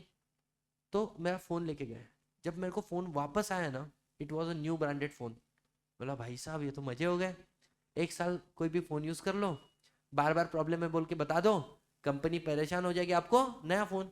अब जब नया फ़ोन भेजा ना, इन्होंने मेरे को एक बात बोली, सर यू नीड टू पे 200 रुपीज़ इफ़ यू विश, हम आपको 2 साल का एक्स्ट्रा गारंटी देंगे। बोला वाह, मतलब इस फ़ोन को वापस 1 साल के आने के बाद में मेरे को क्या करना है, फिर से चेंज कराना है। अब मेरे मम्मी के फ़ोन की गारंटी बची थी 1 साल। अब मैंने मेरे दोस्त को भेजा, भाई चल रोज जाने का है, फ़ोन में प्रॉब्लम है, ठीक है। मेरे मम्मी का भी फ़ोन मैंने चेंज करा के लिया, ट्राई टू अंडरस्टैंड। तो नोकिया का एक क्या था, लूफोल था, ठीक है, उसको जितना यूज़ कर सकते हैं। मेरे दोस्तों के भी फ़ोन हम लोगों ने चेंज करा के लिए। तो बोलने का मतलब क्या है, कहने से इन्होंने कुछ पैसे एडवांस में लिए आफ्टर सेल सर्विसेज के लिए। तो सर वो कितना, दैट इज डिपॉजिट और नॉट डिपॉजिट? नॉट डिपॉजिट, लेकिन आप मैक्सिमम कितना ले सकते हो? 5 साल। और प्रीविलिंग बिजनेस प्रैक्टिसेस, मानो मोबाइल के लिए 2 साल लेते हैं, 2 साल और 5 साल, whichever is lower, 2 year, वहां तक का पैसा ले रहे हो, that is not a deposit. With this we are done with the entire deposit chapter. बेटा मैंने तुम लोगों को कोशिश किया जो समरी नोट्स है वहां से पढ़ो, otherwise this are my deposit chapter का नोट्स, ठीक है। बहुत ही ज़्यादा बोलते ना सिस्टमेटिक तरीके से एक एक चीज़ को एक्सप्लेन करना, हर एक चीज़ के एग्जाम्पल देना, ये रेगुलर में तो बहुत ज़्यादा डिटेल में होता है। सर अब कौन सा चैप्टर करना है? चार्जेस। चार्जेस करना है। Charges will take 10 minutes maximum. खत्म हो गया तुम? ठीक है ना, फिर चलेगा, टाटा बाय बाय कर सकते हैं फिर अपन लोग, but that is up to you. हाँ, you are saying and I am living.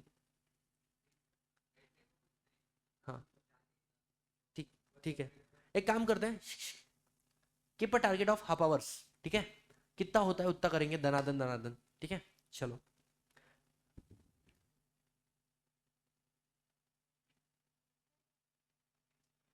सुनो, charges chapter, keep a target 10 minute, and the chapter, ठीक है। चार्जेस क्या होता है, अगर आप कभी भी बैंक से लोन ले रहे हो तो कोलेट्रल बोलकर कोई सिक्योरिटी दे रहे हो, तो आप अपनी प्रॉपर्टी, अपनी एसेट, अपनी अंडरटेकिंग पे किसी और का क्या इसे क्रिएट कर रहे हो, क्या ना, इसे राइट क्रिएट कर रहे हो, लियन क्रिएट कर रहे हो, this is called charges. There are 4 section. पहली बात, आप चार्ज किस पे क्रिएट कर सकते हो? प्रॉपर्टी, एसेट, सिक्योरिटी, चाहे मूवेबल हो चाहे इमूवेबल हो, चाहे सिक्योर, चाहे चाहे टेंजिबल, चाहे इनटेंजिबल हो, चाहे इंडिया में सिचुएटेड हो चाहे इंडिया के बाहर सिचुएटेड हो। क्या समझ में आया आप लोगों को? अब अगला पॉइंट क्या बोला है इन लोगों ने, 3 तरीके की बात है। मॉर्गेज मतलब जब इमूवेबल प्रॉपर्टी के ऊपर आप चार्ज क्रिएट कर रहे हो। सर प्लेज मतलब क्या, जब आप सामने वाले को पोजीशन दे रहे हो, अभी बोला था गोल्ड लोन, ठीक है। और तीसरा आता है हाइपोथिकेशन, जैसे कार लोन लिया तो कार थोड़ी ना आप गिरवी रखोगे, समझ में आ रहा है, दिस इज कॉल्ड हाइपोथिकेशन। ये सब कुछ क्या है, this fall under the category called charges. 4 important section. Number 1, section number 77 क्या बोलता है, duty to register the charge. किसका काम है चार्ज रजिस्टर करना? आरओसी का या कंपनी का? कंपनी का काम है। अगर कंपनी ने नहीं किया तो एप्लीकेशन फॉर रजिस्ट्रेशन चार्ज कौन कर सकता है? Charge holder. सर अगर हमने चार्ज को मॉडिफाई किया है तो बोले सेम सेक्शन नंबर 77 अप्लाई। और लास्ट में क्या बोला है, जिस दिन तुम्हारा चार्ज रजिस्टर्ड हुआ, समझ में आ रहा है, उस दिन से माना जाएगा public know that the charge is registered. समझ में आ रहा है? चारों सेक्शन एक बार पढ़ते हैं। सबसे पहला सेक्शन नंबर 77 बोलता है किसका ड्यूटी है, प्राइमरी ड्यूटी कंपनी को चार्ज रजिस्टर करने का, कंपनी का, ठीक है। सर कौन सा फॉर्म है, CHG 1 अगर चार्ज किसके लिए है, नॉर्मल है, और CHG 9 अगर चार्ज किसके लिए है, डिबेंचर के अगेंस्ट में। उसके बाद में कितने दिन में करना है, विद इन 30 डेज। सर हमसे 30 डेज में नहीं हुआ, अब क्या करोगे? तो बोला है यहाँ पे अगर 30 डेज में नहीं हुआ है तो आपको 60 डेज में करना पड़ेगा, मतलब एडिशनल कितने दिन, 30 डेज। लेकिन इसके लिए आपको फीस पे करना पड़ेगा, कौन सा, एडिशनल फी। और सर अगर 60 डेज में भी नहीं हुआ तो फर्दर 60 डेज, फर्दर 60 मतलब टोटल कितने हो गए, 120।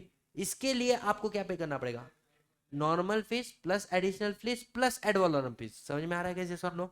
अब क्वेश्चन ये आया सर, कि चार्ज कौन रजिस्टर करता है, आरओसी, मतलब अपने पास, तो वो आपके डॉक्यूमेंट को रजिस्टर करेगा, आपको देगा certificate of registration of charge CHG 2 के अंदर, and that is a conclusive evidence कि चार्ज रजिस्टर हो चुका है।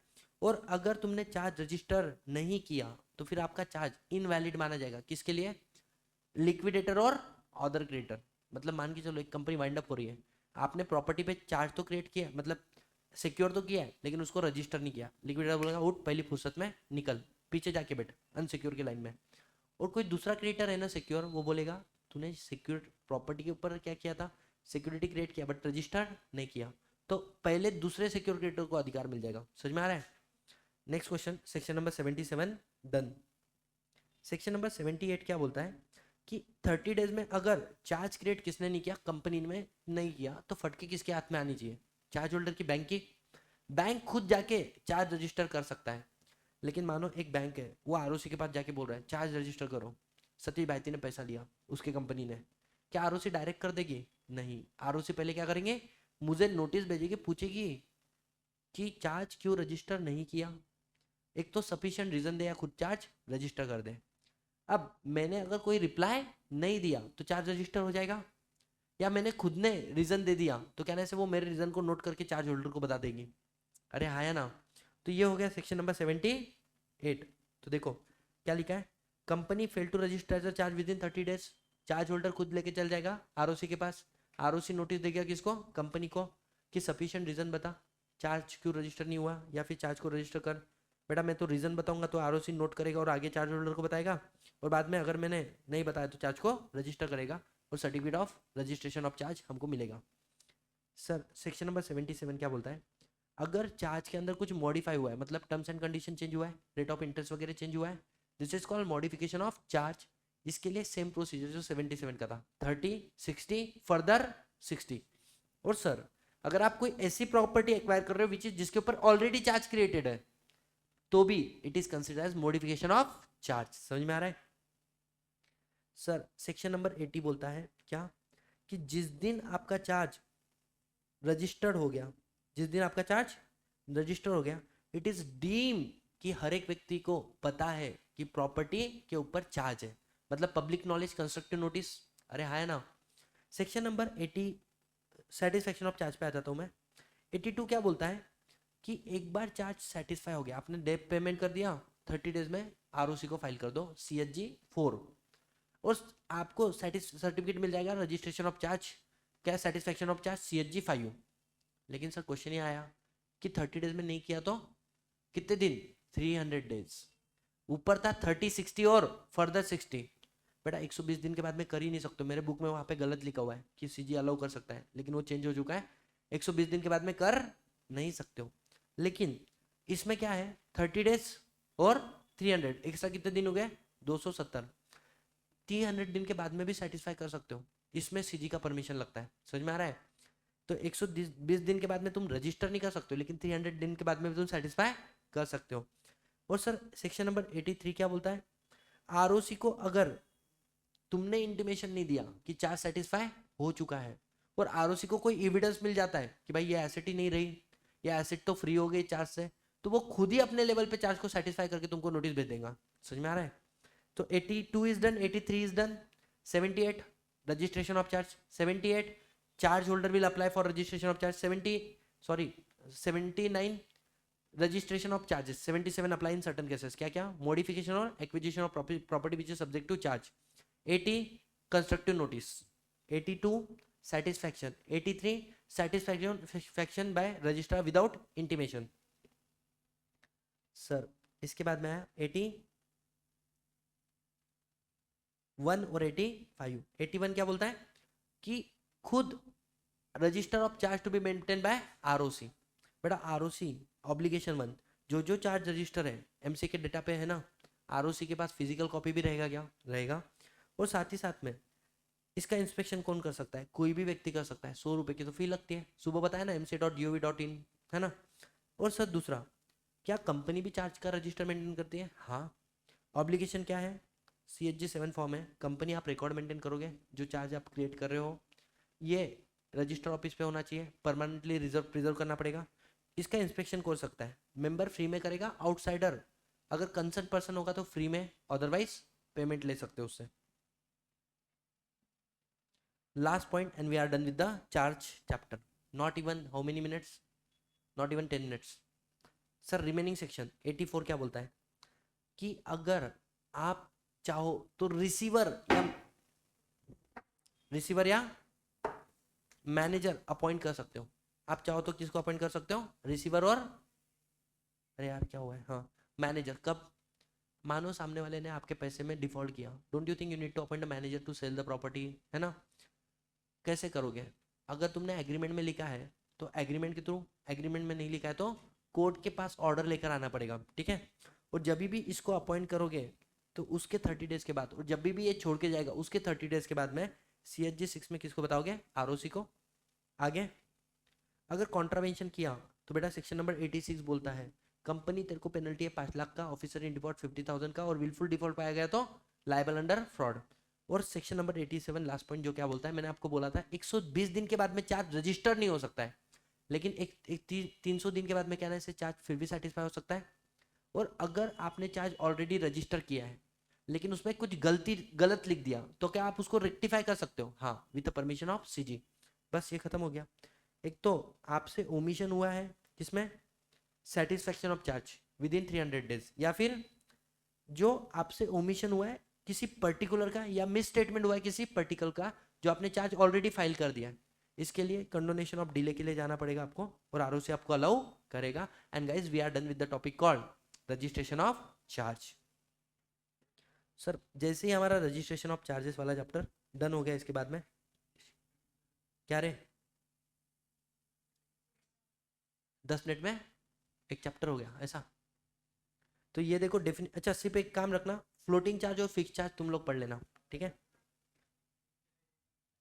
क्रिस्टलाइजेशन ऑफ चार्ज, और एक कंसेप्ट है postponement of floating charge which is most important, institute ने काफी सालों से नहीं पूछा है, ठीक है। Sir distribution of dividend, dividend chapter difficult जाता है, अरे है ना। डिविडेंड के लिए लेट्स सी, चलो डिविडेंड में जो मोस्ट डिफिकल्ट सेक्शन है ना उसको रैप अप कर लेते पहले विद प्रैक्टिकल सम थोड़ा सा। सेक्शन नंबर 123 क्या बोलता है, डिविडेंड पेमेंट करना है तो सोर्सेस क्या है guys, profit of current year, profit of previous financial year, combination of both, या फिर अगर मानो आपको गारंटी अमाउंट दिया था गवर्नमेंट ने कि भाई डिविडेंड का पैसा मैं दूंगा, तो वो जो पैसा मिला है उससे भी आप डिविडेंड दे सकते हो।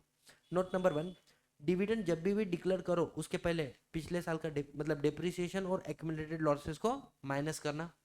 Next point, capital profit is not a divisible profit, capital profit को डिस्ट्रीब्यूशन ऑफ डिविडेंड के लिए यूज नहीं कर सकते हो। और नेक्स्ट पॉइंट क्या है, वाइल कंप्यूटिंग प्रॉफिट हमको कुछ चीजों को करना है एक्सक्लूड, क्या करोगे, अनरियलाइज गेन और अनरियलाइजेशन प्रॉफिट। मतलब सर अगर आप प्रॉफिट एंड लॉस अकाउंट देखोगे तो क्या ना, से वहां पे जो इंटरेस्ट ड्यू हो चुका है लेकिन रिसीव नहीं हो उसका भी एंट्री होता है ना बेटा, अनरियलाइज गेन होगा ना, माइनस करो। जैसे फॉर एग्जांपल अगर मैं अभी तुमको जाता हूँ, एक मेरी कंपनी के बारे में बताता हूँ, मैंने भी काफी दिन से नहीं देखा है। जैसे one of company,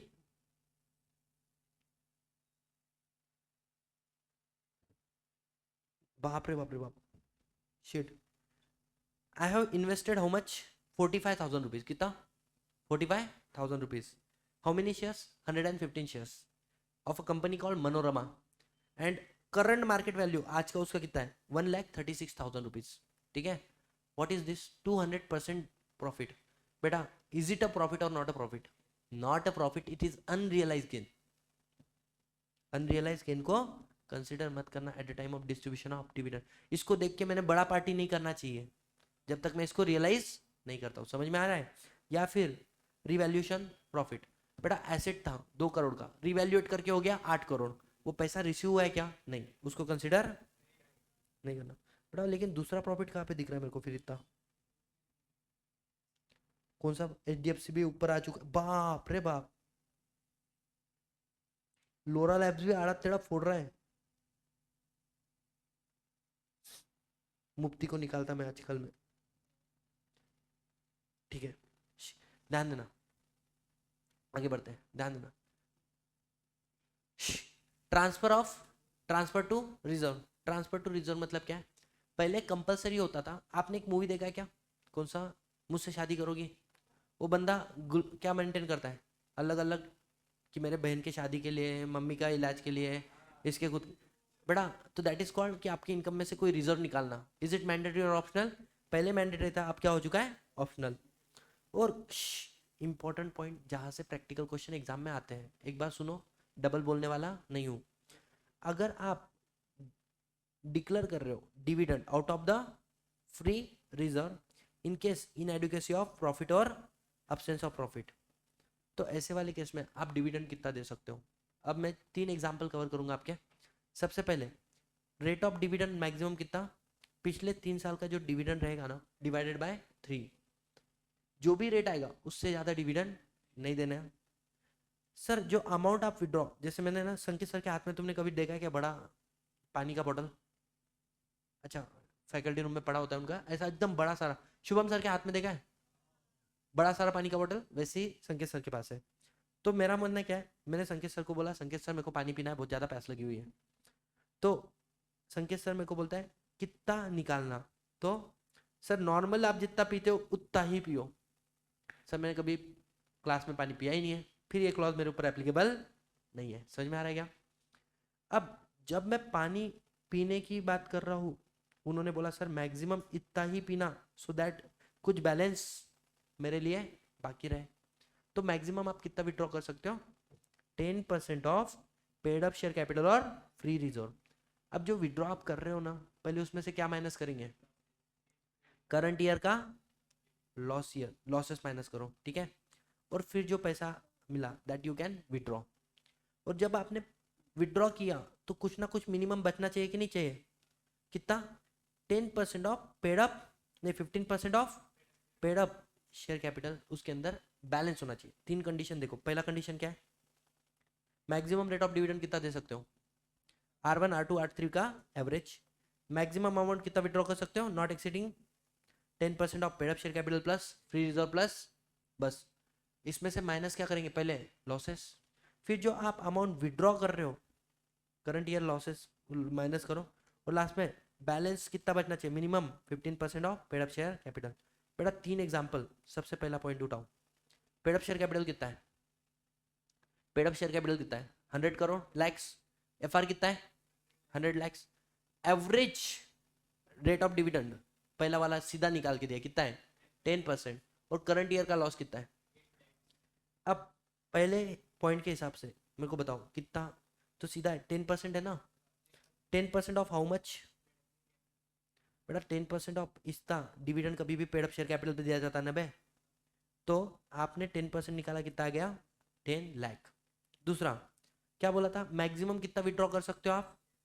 10% of paid up share capital plus free reserve. अब पेड अप शेयर कैपिटल कितना है? 100। फ्री रिजर्व कितना है?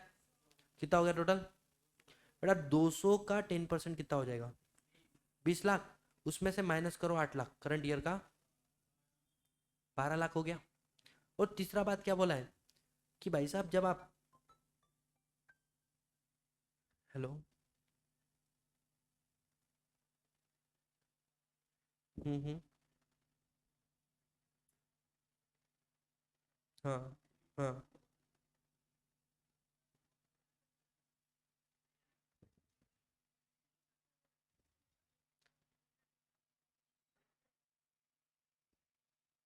हाँ, ठीक है ना। म- मैं था ना 10-15 मिनट में करूँगी कॉल, मैं क्लास खत्म वाइंड अप करके बात करूँ, है ना। सुनो, अनिस ध्यान दो। सेकंड पॉइंट क्या था? 10% of paid plus free reserve minus current year loss. और तीसरा क्या था गाइस?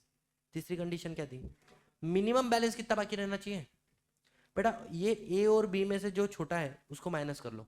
मतलब मेरा एफ आर में से पैसा जाएगा ना, एफ आर में से मैं कितना माइनस कर रहा हूँ? 10 लाख। लेकिन बेटा एफ आर में से पहले पैसा किसके लिए यूज़ करेंगे? Current year loss. तो कितना आया? 82 लैक्स। डोंट यू थिंक मेरे को कितना चाहिए था? मिनिमम 15 लाख बाकी रहना चाहिए था। और अगर मैं यहाँ पे कितना बाकी है? 82 लैक्स, बियॉन्ड 15 लैक्स। मैं कितना, this amount can be use whichever is lower वाला as a dividend. Next question अब तुम सॉल्व करोगे। पहला पाथ, रेट ऑफ डिविडेंड कितना है एवरेज? 20%। किसका निकालेंगे? तो कितना हो जाएगा 20 लैक्स। समझ में आ रहा है। सेकंड क्या बोला था मैंने, 10% of paid up share capital plus free reserve, उसमें से माइनस करेंगे लॉस, तो ये आया तुम्हारा 140 लैक्स।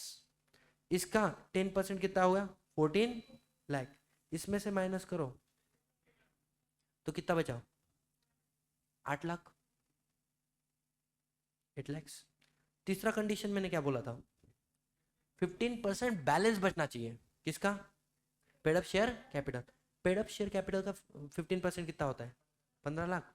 अब ध्यान देना, मैंने फ्री रिजर्व में से विच एवर इज लोअर, क्या है लोअर 8 लैक्स, तो फ्री रिजर्व में से पहले माइनस करूंगा लॉस, कितना माइनस करने के बाद में कितना बच जाता है 34, 34, 34 में से इसमें से मैंने माइनस किया 34 में से 8, कितना बच गया 34 में से और 8 लैक्स माइनस किया, ये वाला 26 लाख ना, क्या ना से इट इज बियॉन्ड 15 लैक्स, बेटा which ever is lower 8 lakhs. समझ में आ रहा है क्या। और लास्ट वाला example, paid up share capital कितना है 160 लाख, एफआर कितना है 40 lakh, average rate of dividend 20% और लॉस कितना है 4 लाख। पहली लिमिट क्या आएगी, कंडीशन 1 20% ऑफ कितना हो जाएगा 32 लैक्स। दूसरा कंडीशन क्या है, paid up share capital plus FR का कितना 10%, मतलब 200 लाख का 10% 20 लैक्स, 20 लाख में से माइनस करेंगे 4 लाख, तो आंसर क्या आ जाएगा 16 लाख। और लास्ट वाला पॉइंट क्या था अपना कि सर बैलेंस कितना बचना चाहिए, 160 लाख का 15% कितना आ जाएगा बेटा 16 और 8 कितना हो जाएगा 24 लाख बैलेंस आना चाहिए, है ना। अब ध्यान देना, मिनिमम क्या है इन दोनों में से 16, अरे बोलो 16 है ना। फ्री रिजर्व में से पहले माइनस करो 4 लाख, कितना हो गया 36, 36 में से और माइनस कर रहा है कितना 16, कितना बच रहा है, अरे रुकना 20 लाख ही ना, अरे है ना। अब तुमको नहीं लग रहा है कि बहुत कम हो गया, मिनिमम कितना चाहिए था अरे 160 लाख का कितना 15%, तो बेटा 24 चाहिए था और कितना बच रहा है, मतलब मैं 4 लाख कम हो रहा है और मैक्सिमम कितना, तो बोले सुनो 20 लाख हो रहा है, जबकि हमको चाहिए बैलेंस कितना 24 लैक्स, तो 40 लाख में से 24 गया तो कितना 16 lakh, maximum deposit 16 lakh, dividend 16 lakh. Guys मैंने 3 ऐसे अलग अलग क्वेश्चन लिए जहाँ पे एक जगह पे कंडीशन 1 वाले से आंसर आया, दूसरे पे 2 से आ रहा है, तीसरे पे 3 से आ रहा है। समझ में आ रहा है। इसके beyond there is no scope कि वो कौन सा भी क्वेश्चन अलग से बना के पूछे। नेक्स्ट पॉइंट, डिविडेंड डिपॉजिट कितने दिन में हो जाना चाहिए सेपरेट बैंक अकाउंट में 5 दिन के अंदर, डिविडेंड पेमेंट कितने दिन में हो जाना चाहिए विद इन, अरे बोलो विद इन 30 डेज पेमेंट हो जाना चाहिए। सर हम लोग डिविडेंड पेमेंट किसको देंगे, रजिस्टर्ड शेयर होल्डर, या उसने ऑर्डर दिया है उसके बैंक को तो उसके बैंक को, या उसने बोला किसी और व्यक्ति को, बेनिफिशियल ओनर बना सकता है ना उसको, कैसे देंगे, कैश में दो, चेक में दो, डिविडेंड वारंट में दो, इलेक्ट्रॉनिक मोड में दो, लेकिन किस में मत दो, काइंड में मत दो। Sir prohibition, section 8 company default और company which is in default of deposit can not issue dividend. Interim dividend आप दे सकते हो लेकिन बिटवीन द 2 एजीएम के बीच में। क्वेश्चन आया in case of loss during the year, तो फिर एक कंडीशन है एवरेज 3 ईयर का एवरेज जो डिविडेंड रेट है उससे ज्यादा नहीं देना है। खत्म हो गया 123 के सारी बातें एक बार रिकॉल करो। पहला पॉइंट क्या था, sources profit, current, previous, combination और गवर्नमेंट का मनी। उसके बाद में नेक्स्ट क्या, ट्रांसफर टू रिजर्व ऑप्शनल है। कंडीशन 4 कंडीशन हमने पढ़े थे इन एडुकेसी ऑफ प्रॉफिट के केस में। नेक्स्ट पॉइंट 5 दिन में अनपेड डिविडेंड कौन सा, सॉरी सेपरेट बैंक अकाउंट में डाल दो पैसा। सर डिविडेंड पेमेंट करना है 30 दिन के अंदर, किसको करेंगे कैसे करेंगे। प्रोहिबिशन है डिविडेंड में, इंटेरियम डिविडेंड और आ गया unpaid dividend account. Unpaid dividend account क्या बोलता है कि जैसे ही आपने डिविडेंड 5 दिन में सेपरेट बैंक अकाउंट में डाला है 30 दिन में डिविडेंड पे कर दो। सर 30 दिन में डिविडेंड मैंने पे कर देना चाहिए, लेकिन 30 दिन में डिविडेंड पे नहीं हुआ तो अगले 7 दिन में उसको डाल दो उड़ा। उड़ा मतलब unpaid dividend account. Unpaid dividend account में डाला है तो 90 डेज में एक स्टेटमेंट बना लेना, ऐसे कौन कौन लोग हैं उनका नाम, एड्रेस और उनका अमाउंट कितना अनपेड बचा हुआ है, और ये पब्लिश कर देना कंपनी की वेबसाइट और गवर्नमेंट की ऑथोराइज वेबसाइट में। और साथ ही साथ में क्या बोला इन्होंने बेटा 7 साल के बाद में इस पैसे को ट्रांसफर कर देना आईपीएफ अथॉरिटी के पास में। गैस यहाँ तक समझ में आया। अब आ जाते हैं यहाँ पे सेक्शन नंबर 120, अरे बोलो अगला सेक्शन कौन सा है? सेक्शन नंबर 135, 125 ना, पेज नंबर देखो तो।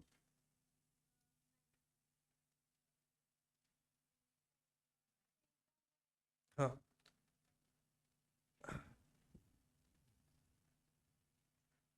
ये वाला। बेटा अनपेड डिविडेंड अकाउंट में पैसा कहाँ कहाँ से आता है? कोई ग्रांट और डोनेशन आपको मिल रहा है वहां से, या फिर अनक्लेम डिविडेंड, 7 साल से ज़्यादा किसी कंपनी का डिविडेंड पे नहीं हुआ है, एप्लीकेशन मनी पड़ा हुआ है कंपनी के पास शेयर का, डिपॉजिट मैच्योर होके 7 साल हो गए, सामने वाले ने नहीं लिया, सर डिबेंचर मैच्योर होके 7 साल हुए, सामने वाला क्लेम करने नहीं आ रहा है, या रिडम्पशन हो गया लेकिन सामने वाला प्रोसीड नहीं कर रहा है। बेटा ये सारा पैसा हम लोग कहाँ पे डाल देते हैं? आईपीएफ में। या फिर ये पैसा हमने कहीं और इन्वेस्ट किया, वहां से पैसा आ गया सर, या बैलेंस पिछले कंपनी एक्ट 1956 में भी तो आईपीएफ था ना, वहां का बैलेंस उठ के नए कंपनी एक्ट में आ चुका है। सर इस पैसे को हम लोग कहाँ कहाँ पे यूज करेंगे? रिफंड, किसी ने भविष्य में पैसा मांगा तो देने के लिए उसका उसको, अवेयरनेस या protection of investor, sir compensate करेंगे एग्रीड पार्टीज को, लॉस होता है ना डिसबर्समेंट वाले केस में, और क्लास एक्शन सूट के एक्सपेंसेस के लिए हम लोग इसको यूज करेंगे। बेटा इसको मार्क करना इंपॉर्टेंट, प्रोसीजर कि आप आईपीएफ में से पैसा कैसे ले सकते हो। सिग्निफिकेंस ऑफ आईपीएफ ये पढ़ लेना। सेक्शन नंबर 126 क्या बोलता है कि मानो देखो देयर इज अ पर्सन, इसने अपने शेयर किसी और को ट्रांसफर किए, कब? 1 जनवरी, और इसने कंपनी को डिपॉजिट कर दिया कब? 5 जनवरी को। कंपनी ने इस डिपॉजिट को रजिस्टर किया 30 जन को, और कंपनी ने डिविडेंड पेमेंट कर दिया 15 जन को। अब तुमको नहीं लगता है कि 15 जनवरी को, 5 जनवरी को कंपनी के पास फॉर्म डिपॉजिट है, डिपॉजिट रजिस्टर कब हो रहा है? ट्रांसफर 30, बीच में डिविडेंड पे कर दिया। सर इस डिविडेंड का क्या करें? अगर ट्रांसफरर बोलता है दे दो ट्रांसफरी को, तो दे दो ट्रांसफरी को, नहीं तो इसको डाल दो हेल्ड इन अबियंस, जब तक डिपॉजिट वो रजिस्ट्रेशन क्लियर नहीं होता तब तक डिपॉजिट किसी को नहीं दिएंगे। समझ में आ रहा है गाइस? डिविडेंड पेमेंट अगर तुमने नहीं किया तो then there is a fine and penalty, कितना? And we are done with deposit dividend chapter also. Director 2 साल तक का जेल हो सकता है, और minimum fine 1000 rupees per day से लेके, और कंपनी के लिए 18% इंटरेस्ट। सर लेकिन कब कब हमें पेनल्टी नहीं लगेगा? ये क्या बोल रहा हूँ, 30 दिन में डिपॉजिट पे नहीं किया तो कब कब आपको पेनल्टी नहीं लगेगा? Market important. नंबर 1, अगर आपने लीगल प्रोहिबिशन है, मतलब लॉ ने बोला है डिविडेंड पेमेंट मत करो, तो फिर आप नहीं पेमेंट कर रहे हो, are not liable. Share holder ने डायरेक्शन दिया था आपको मेरे बैंकर को पैसा देना, और बेटा शेयर होल्डर ने बैंक अकाउंट गलत दिया, आपने पैसा डाला तो बैंक बाउंस होगा वो, आपने शेयर होल्डर को इंटीमेट किया, now you are not liable. मतलब शेयर होल्डर डायरेक्शन था पेमेंट का, हमने could not be complied, and उसको ये बात कम्युनिकेट हो चुकी है। सर कोई डिस्प्यूट चल रहा है डिविडेंड से लेके, नहीं दोगे चलेगा। लॉफुल एडजस्टमेंट, आपने उसको कहीं और ड्यू के अगेंस्ट में एडजस्टमेंट करा, चल जाएगा। या फिर genuine reason which is beyond the control of company, dividend नहीं पे किया, then it is done and done, no problem. समझ में आ रहा है क्या? और गाइस इसको सुनो, ये इसको है ना बहुत इंपॉर्टेंट मार्क करना, कुछ ऐसे पॉइंट जहां से केस स्टडी तुम्हारे एग्जाम में बन सकते हैं। क्या आप अपना राइट ऑफ डिविडेंड वेव कर सकते हो? कर सकते हो, कोई तकलीफ नहीं है। नहीं लेना है तो क्या तकलीफ है? Sir there is a concept called beneficial owner, registered owner, already done, section number 89। Sir section 8 company dividend दे नहीं सकती है। निधि कंपनी आप इंपॉर्टेंट मैक्सिमम डिविडेंड कितना दे सकते हो? 25%, ठीक है। और company limited by guarantee, usually अगर नॉन प्रॉफिट कंपनी होगी तो नहीं दे सकती। अदर केस में डिविडेंड पॉलिसी के बारे में बात किया है। कहने से we are done with the chapter called dividend of the company. Anyone any single problem till this point? अब बस हो गया आज के लिए, ठीक है चलो done guys. So I wish you all the very best. मैं कोशिश करूंगा कि जो रिमेनिंग टॉपिक है ना उसके लेक्चर मैं मेरे चैनल पे डाल दूं, जैसे accounts of company, audit and auditors, और सबसे मेन डायरेक्टर के मैं थोड़े अच्छे रिवीजन लेक्चर डालूंगा, जहाँ पे एक डेढ़ घंटे में मैं डायरेक्टर के सारे चैप्टर आपको एक्सप्लेन कर रहा हूँ। Is it okay? चलेगा, मोस्ट वेलकम। हमने तो भी पार्ट ए के अच्छे खासे टॉपिक कवर कर लिए हैं, ठीक है। What is left is just your account and auditor chapter. Otherwise देखो ना, incorporation done, share capital done, deposit done, debt instrument मतलब debenture also done and your dividend also done.